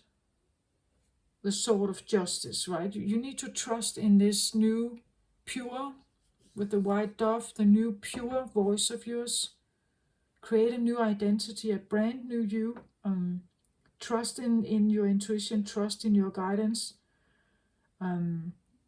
Allow this page to become more than a page, to become a king, right? And so he has to grow up, this one, become mature, trust in himself, support him, right? Give him support, this one. The Ace of Pentacles here. Yeah, I get Temperance. Temperance is a card of divine timing, waiting, a blending of the waters. When the time is right, this will come forward. So the Ace of Pentacles here is pending, you would say. It's pending, it's blending and pending, trying to find its way forward. And I believe it comes with the healing of this one. It comes with the healing of your thoughts. And again, consider the fact that maybe you are wasting your time if you think about revenge. You could just think about how you get yourself moving forward. So you concentrate on you and not so much on the past and who may have hurt you. Could be a time of forgiving some of this, if possible, and concentrate on building him again here. So that your foundation is a new sword, the Ace of Swords. That you have a new foundation, you build everything about yourself, is a new truth.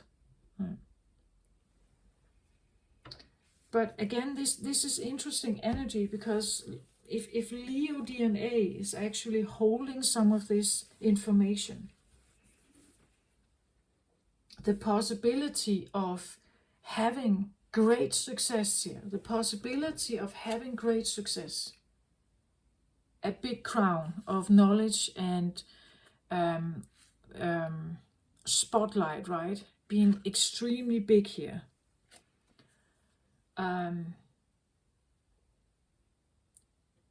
If this is truly what Leo know that they have, it's in their Akash here. It's in their Akash. So when you are born, it somehow is there that you should have this somehow. And if you're not treated like that, right, it could bring up, it could block something in you, it could wound you, hurt you, and it can create something else that is really not helping you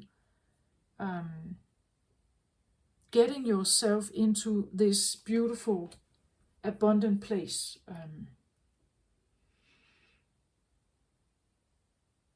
But it seems like it's time for some kind of balancing act here, to reclaim some of this power. But to do that, you need to burn something away, let something die, to rebuild or rebirth something else, right? It's like you have two fires here. In one of them, you have to get rid of the stuff that is preventing you from listening to this and step into that power. And when you do that, you create room for something new to arrive and get here and establish itself. But it's a balancing act. Temperance, speaking about divine timing, when the time is right, when you are right, when you are ready. The flame is always moving here. It keeps dancing, right? Detoxing, cleansing, something about him here. If Leo DNA is holding this, they know that there is a possibility of enormous growth and abundance here, but somehow also the possibility of not being heard, ignored. So maybe it's in the DNA that I need to roar. I need to be fierce. I need to have a certain amount of strength. I can't bow down. I will try again and again and again, because this must not happen. Do you get my point? That if this is in the DNA of Leo, historically, in the starseed element of how Earth was created, and we are the children, the star seeds, we carry all aspects of the zodiac, all aspects of the elements in us. The DNA of Leo is like this, right? They may know that this must never happen. I must never stagnate as a boy. My Leo energy can never be stagnated as a young boy. It has to continuously grow. I have to fight this stagnation. I have to fight this. I have to have strength and go beyond, even if I feel I'm frightened to the core. This must never happen, right? Because if this happens, I can't bring this to the table. I can't become the architect. I can't make the difference in the world. I can't show my greatness. I can't influence the world in a massive way. I can't take action and lead those that may need leading. That may need leading, right? You could say, I can't lead the dogs. The dogs look for a master, right? I can't lead the followers. So a Leo must not, you could say, stagnate here.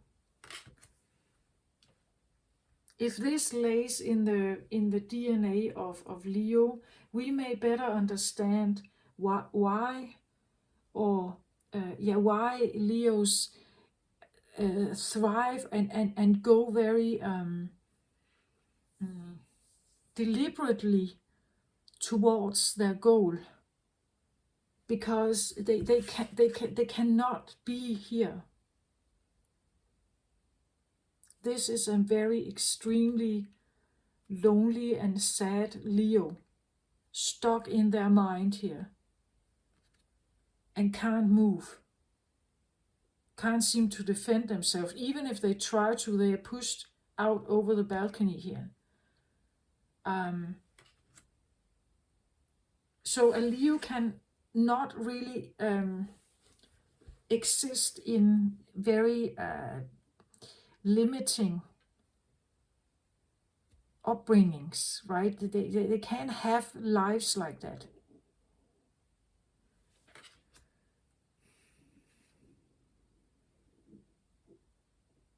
It's not part of the Leo energy. As I said, the Leo energy in best terms is having fun, competition, game, peaking, finding some kind of peak, the happiness, the joy of being successful. All that stuff is part of Leo. This is a bad energy. to be stuck in you could say, a small version of yourself.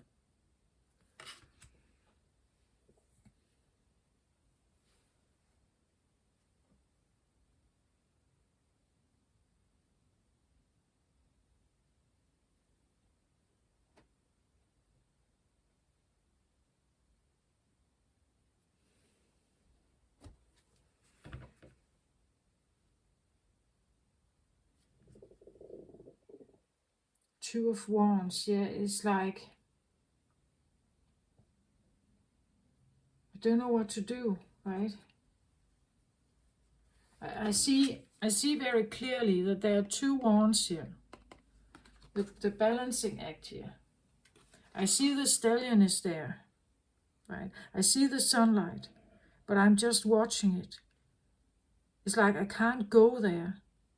Like I'm watching that this could be me, right? In the sunlight here, the stallion, but I'm in between the balancing act of creating this, and I'm still out here where it start, or where there's shadow side. So he's kind of absorbed in this idea that it probably will not happen, that this can not happen, right? That being someone like this is here standing in the sunshine here. I'm balancing between the two scales here, and I'm still standing out here watching it. So I'm maybe trying to visualize or remember something about your past lives, maybe embracing the fact that you could be great. Again, he stands in the red dress or the red clothes. He's still absorbed in something here. He's still, this one is still there somehow. What can we do with this one, please? What can be done with this one? I feel like he is an obstacle, actually. An angry inner child, or something like inner voice somehow. Sad, also bitter, disappointed, wounded. Remember, he fell off the balcony, thrown out, an outcast maybe, right? Something like that. The master artisan, yeah, he knows that he's clever, right?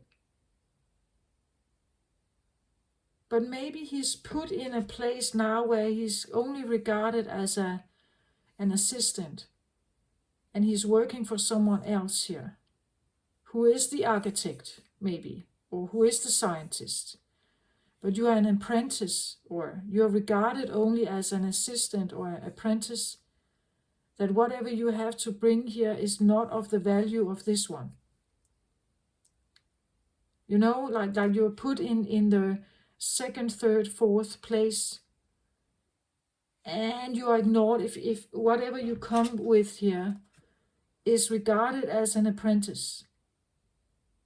Not very mature, you don't know enough, you don't have the right skills, you're not very accomplished yet. It could be something like you could be like a prodigy, right? Like when from a very young age, actually you did have very mature thoughts, but because you were very young, it was ignored. You could even be to the point where you were hyper intellectual, but the school misunderstood this. So the schoolwork you got was too easy, and you got bored. And when you got bored, you were maybe acting out.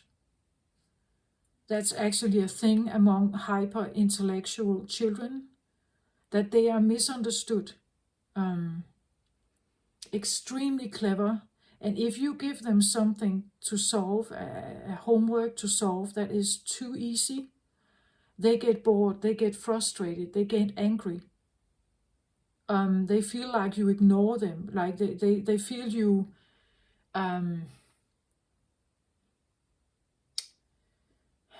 you don't see their potential, you're talking down to them, and so on, right? There's that feeling.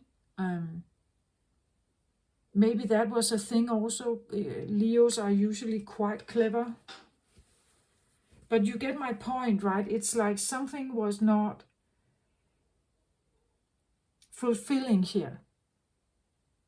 And that needs to be, you could say, it needs to be looked at. It needs to be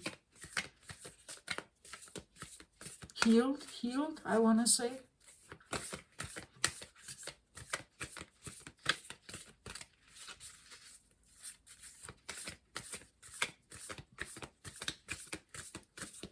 Again, because he can be scared, this one. He can be frightened. He was thrown out of the tower once. Maybe he is standing here because he doesn't want you to repeat the story. This could be the feeling of your inner child is stopping you. Whenever you try to embrace something here, it stops you. Because remember what happened last time. Even though I feel like deep down they actually do want to heal. We all want to heal. Even if it's difficult and even if we are scared and everything. Our soul is always trying to figure out how to overcome the lessons that we have encountered.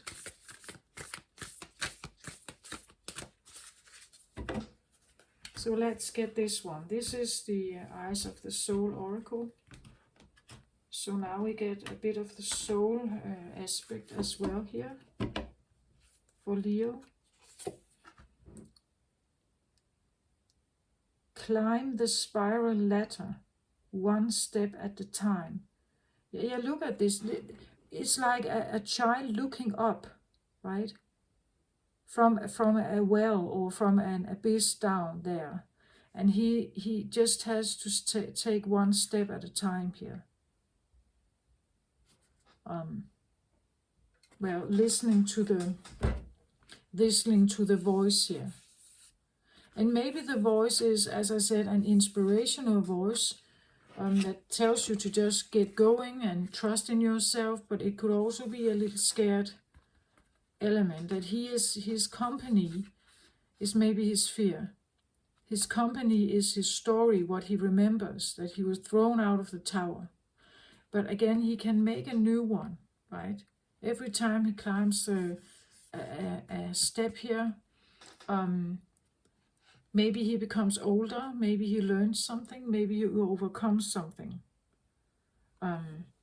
So the best you can do is to support him one step at a time. And you're getting there. You will get there. Healing that inner child here.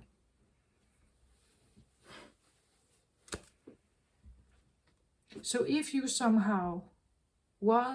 were a Leo who somehow got injured here, wounded, and you've had a hard time manifesting the things in life that you feel you should be doing, it's probably because something is going on here. And that is probably also not a quick fix. You have to take one step at a time. Climb the spiral ladder, one step at a time. Trusting.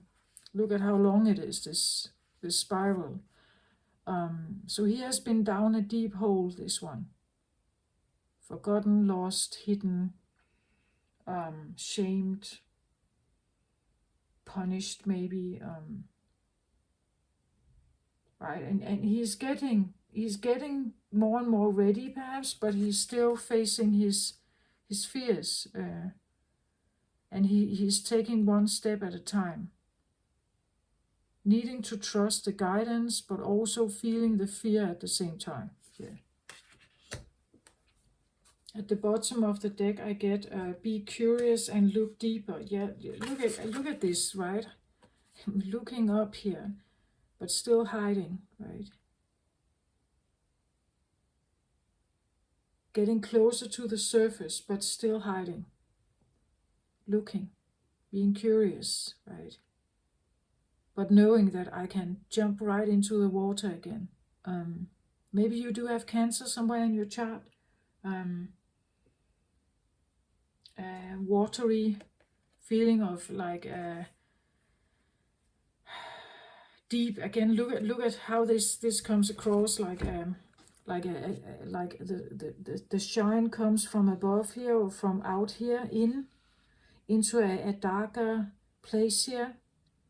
And you're looking, curiously looking at it, a bit like the Two of Wands, right? Looking at the stallion standing in the shower of the sun, but you were still in the more darker element. You're looking at it, but still hiding a bit and not prepared to come forward yet in full, like full scale.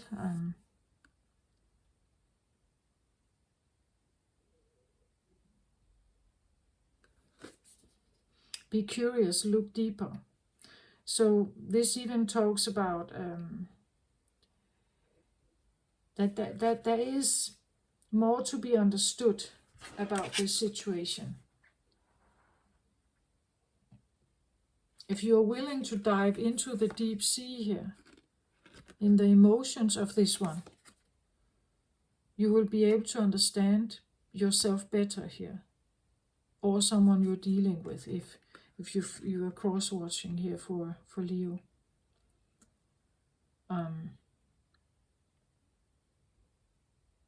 But I get the feeling of child energy here, childlike.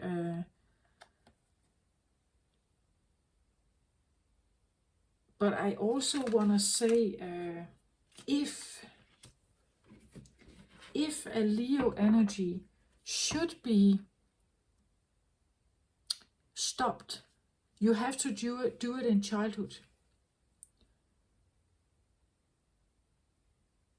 That's what I feel like. You can't stop like an adult Leo if they have been supported all the way up in childhood. Then it has become a very solid, strong, sovereign, I want to say, very maybe assertive and powerful energy. If a Leo energy must be stopped, or you want to stop them having the influence or being big, you could say, big, peaking, it has to be done in childhood. So maybe that's what we have to look at here. Look deeper. Why would someone do this to you? Hold you back, hold you down? Why would they do that? To gain power themselves? To keep the upper hand? To be in control? To manage you? Or whatever? Look deeper, right? Why would someone try to put you down a well here? Sink you down in water? Punish you? Shame you? Guilt you? Whatever this is. Keep your voice down. There has to be a deeper meaning to this.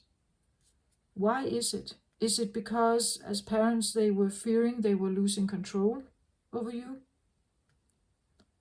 That you would split the family in two, or you would create so much havoc that they couldn't control you anymore? That you became the bad sheep, that you broke out of certain rules, you didn't adhere to their dogma or their, family belief system. Look deeper. Because that's what I feel like. It's like, if you want to, and we do that, right? If you want to control a dog, you're not training an adult dog to behave. You train a puppet. a small dog, right? The same with horses. Eventually, you're doing it with the younger ones, right? The younger they are, the more influential they are,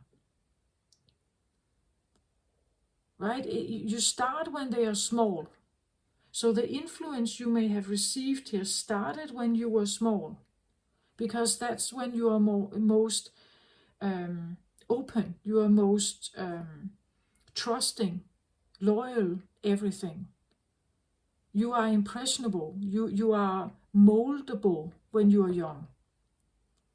So you have to look deeper. Why is it that they did this? Were you a threat to their throne? Were you a threat to someone's pedestal somehow? Or what happened here? Right? That's important, I think, also to think about Leo energy here. Leo memories, maybe. And maybe also why that it's difficult to get up again here. To hold, again, as I said, you can't, how do you want to shut down the sun? You can't really shut down. The only thing we know on Earth how to block the sky is almost like a massive volcano eruption where the dust is like really clouding the sky totally. Otherwise, you can't block the sky. You can't block the sun, right? It takes something massive to do that. And that's what I feel like the tower moment. You put down in what's like a deep well here somehow. Where there were no sunlight, perhaps. There was only primarily darkness there. And you were maybe like, the energy here was kept down there for a reason. To block someone else's sun, perhaps. Let's say you were 2 Leos in the family, competing for the spotlight, competing to be the golden child, or competing to be the favorite one, competing to be the best, the brightest, the fastest, the strongest, something like that. So somehow to stop a Leo energy, it has to be rather forceful and big, I want to say. Otherwise, it's difficult to stop that energy. You can't just block the sun. That's not really a thing, is it? Very difficult to do that.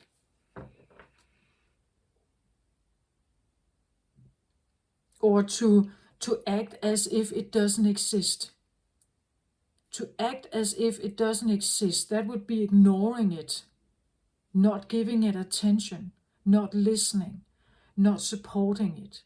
But has this done like strategically to somehow control you, or what? What is this? Maybe you can look even deeper. What you're climbing the ladder. I think like Temperance here. You're climbing the ladder. You're becoming older, maturing step by step here. But still look deeper for the reason, maybe. And figure out if these people are still in your life. Consider whether you want them in your life still. Or what kind of significance they can or cannot have in your life. Okay?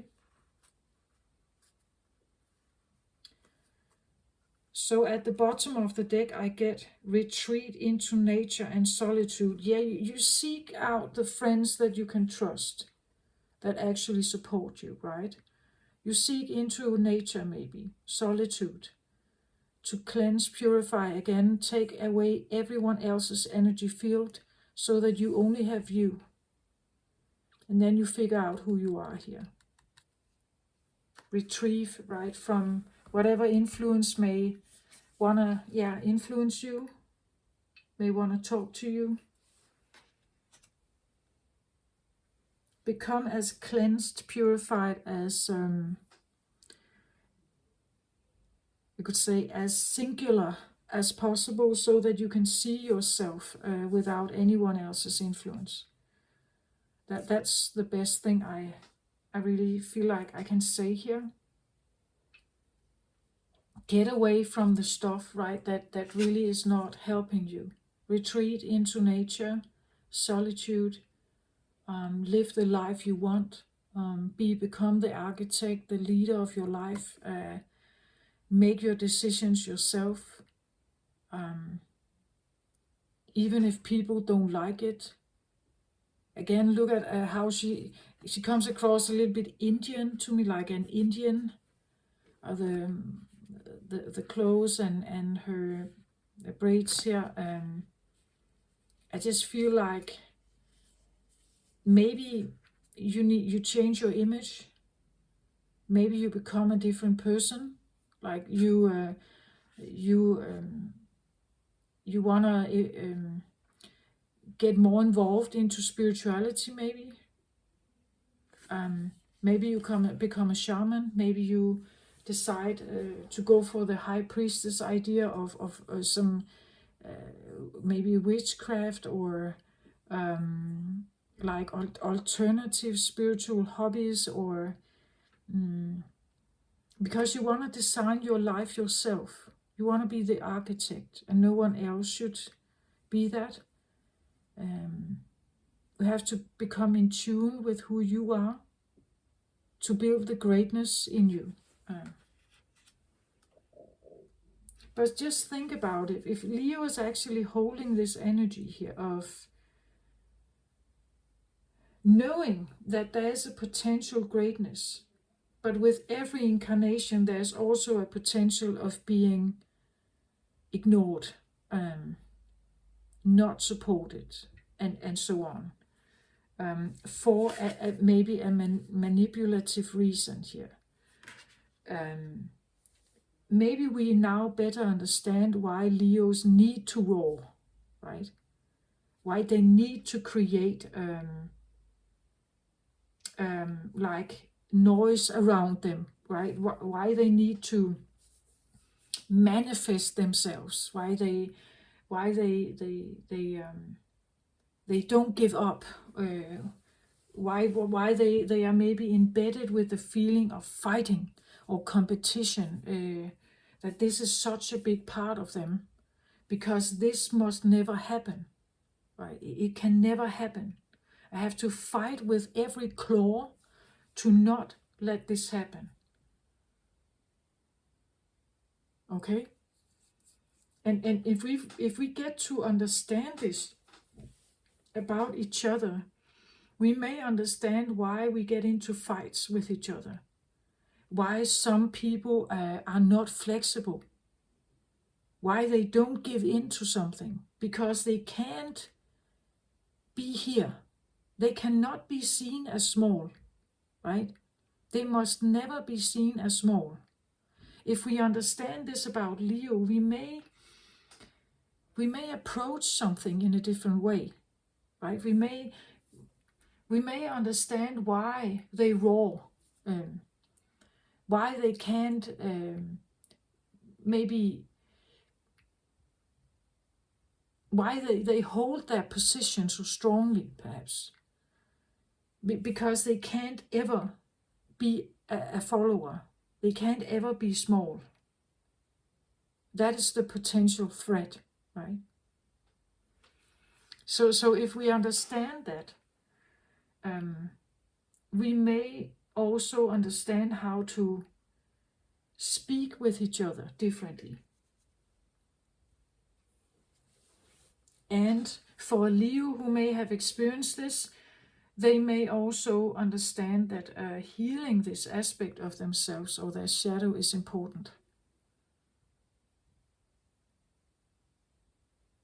Because if you take away the threat here, if you heal this wound, there's pretty much only this, I feel like, to be gained. And you will be such a beautiful leader here, because you don't feel threatened. You are calm, right? You're relaxed. You are, and you can really bring the best to the world in that position. This is what I feel like I have for Leos, and the Leo memories. I hope this helps somehow. To maybe I hope you get my point of what I'm doing here, what I'm trying to do. That if we can somehow figure this out, we can help each other. Maybe we can understand each other a little bit more. I'm not saying this is for every Leo out there, but if you have been struggling manifesting your, like the feeling of your inner leadership in your life, it could be because you're struggling with something like this here.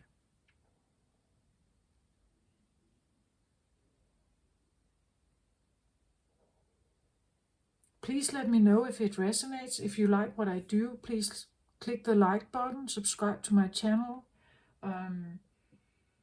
circulate the video. If you feel like someone could really benefit from this, just share it with them, of course, right? I wish you the very best during these holiday times also. For some, family is beautiful and full of blessings, and for others, family can be very challenging. So if that is you, take very good care of yourself during this time. Protect your energy, seek solitude into nature maybe, connect with yourself better.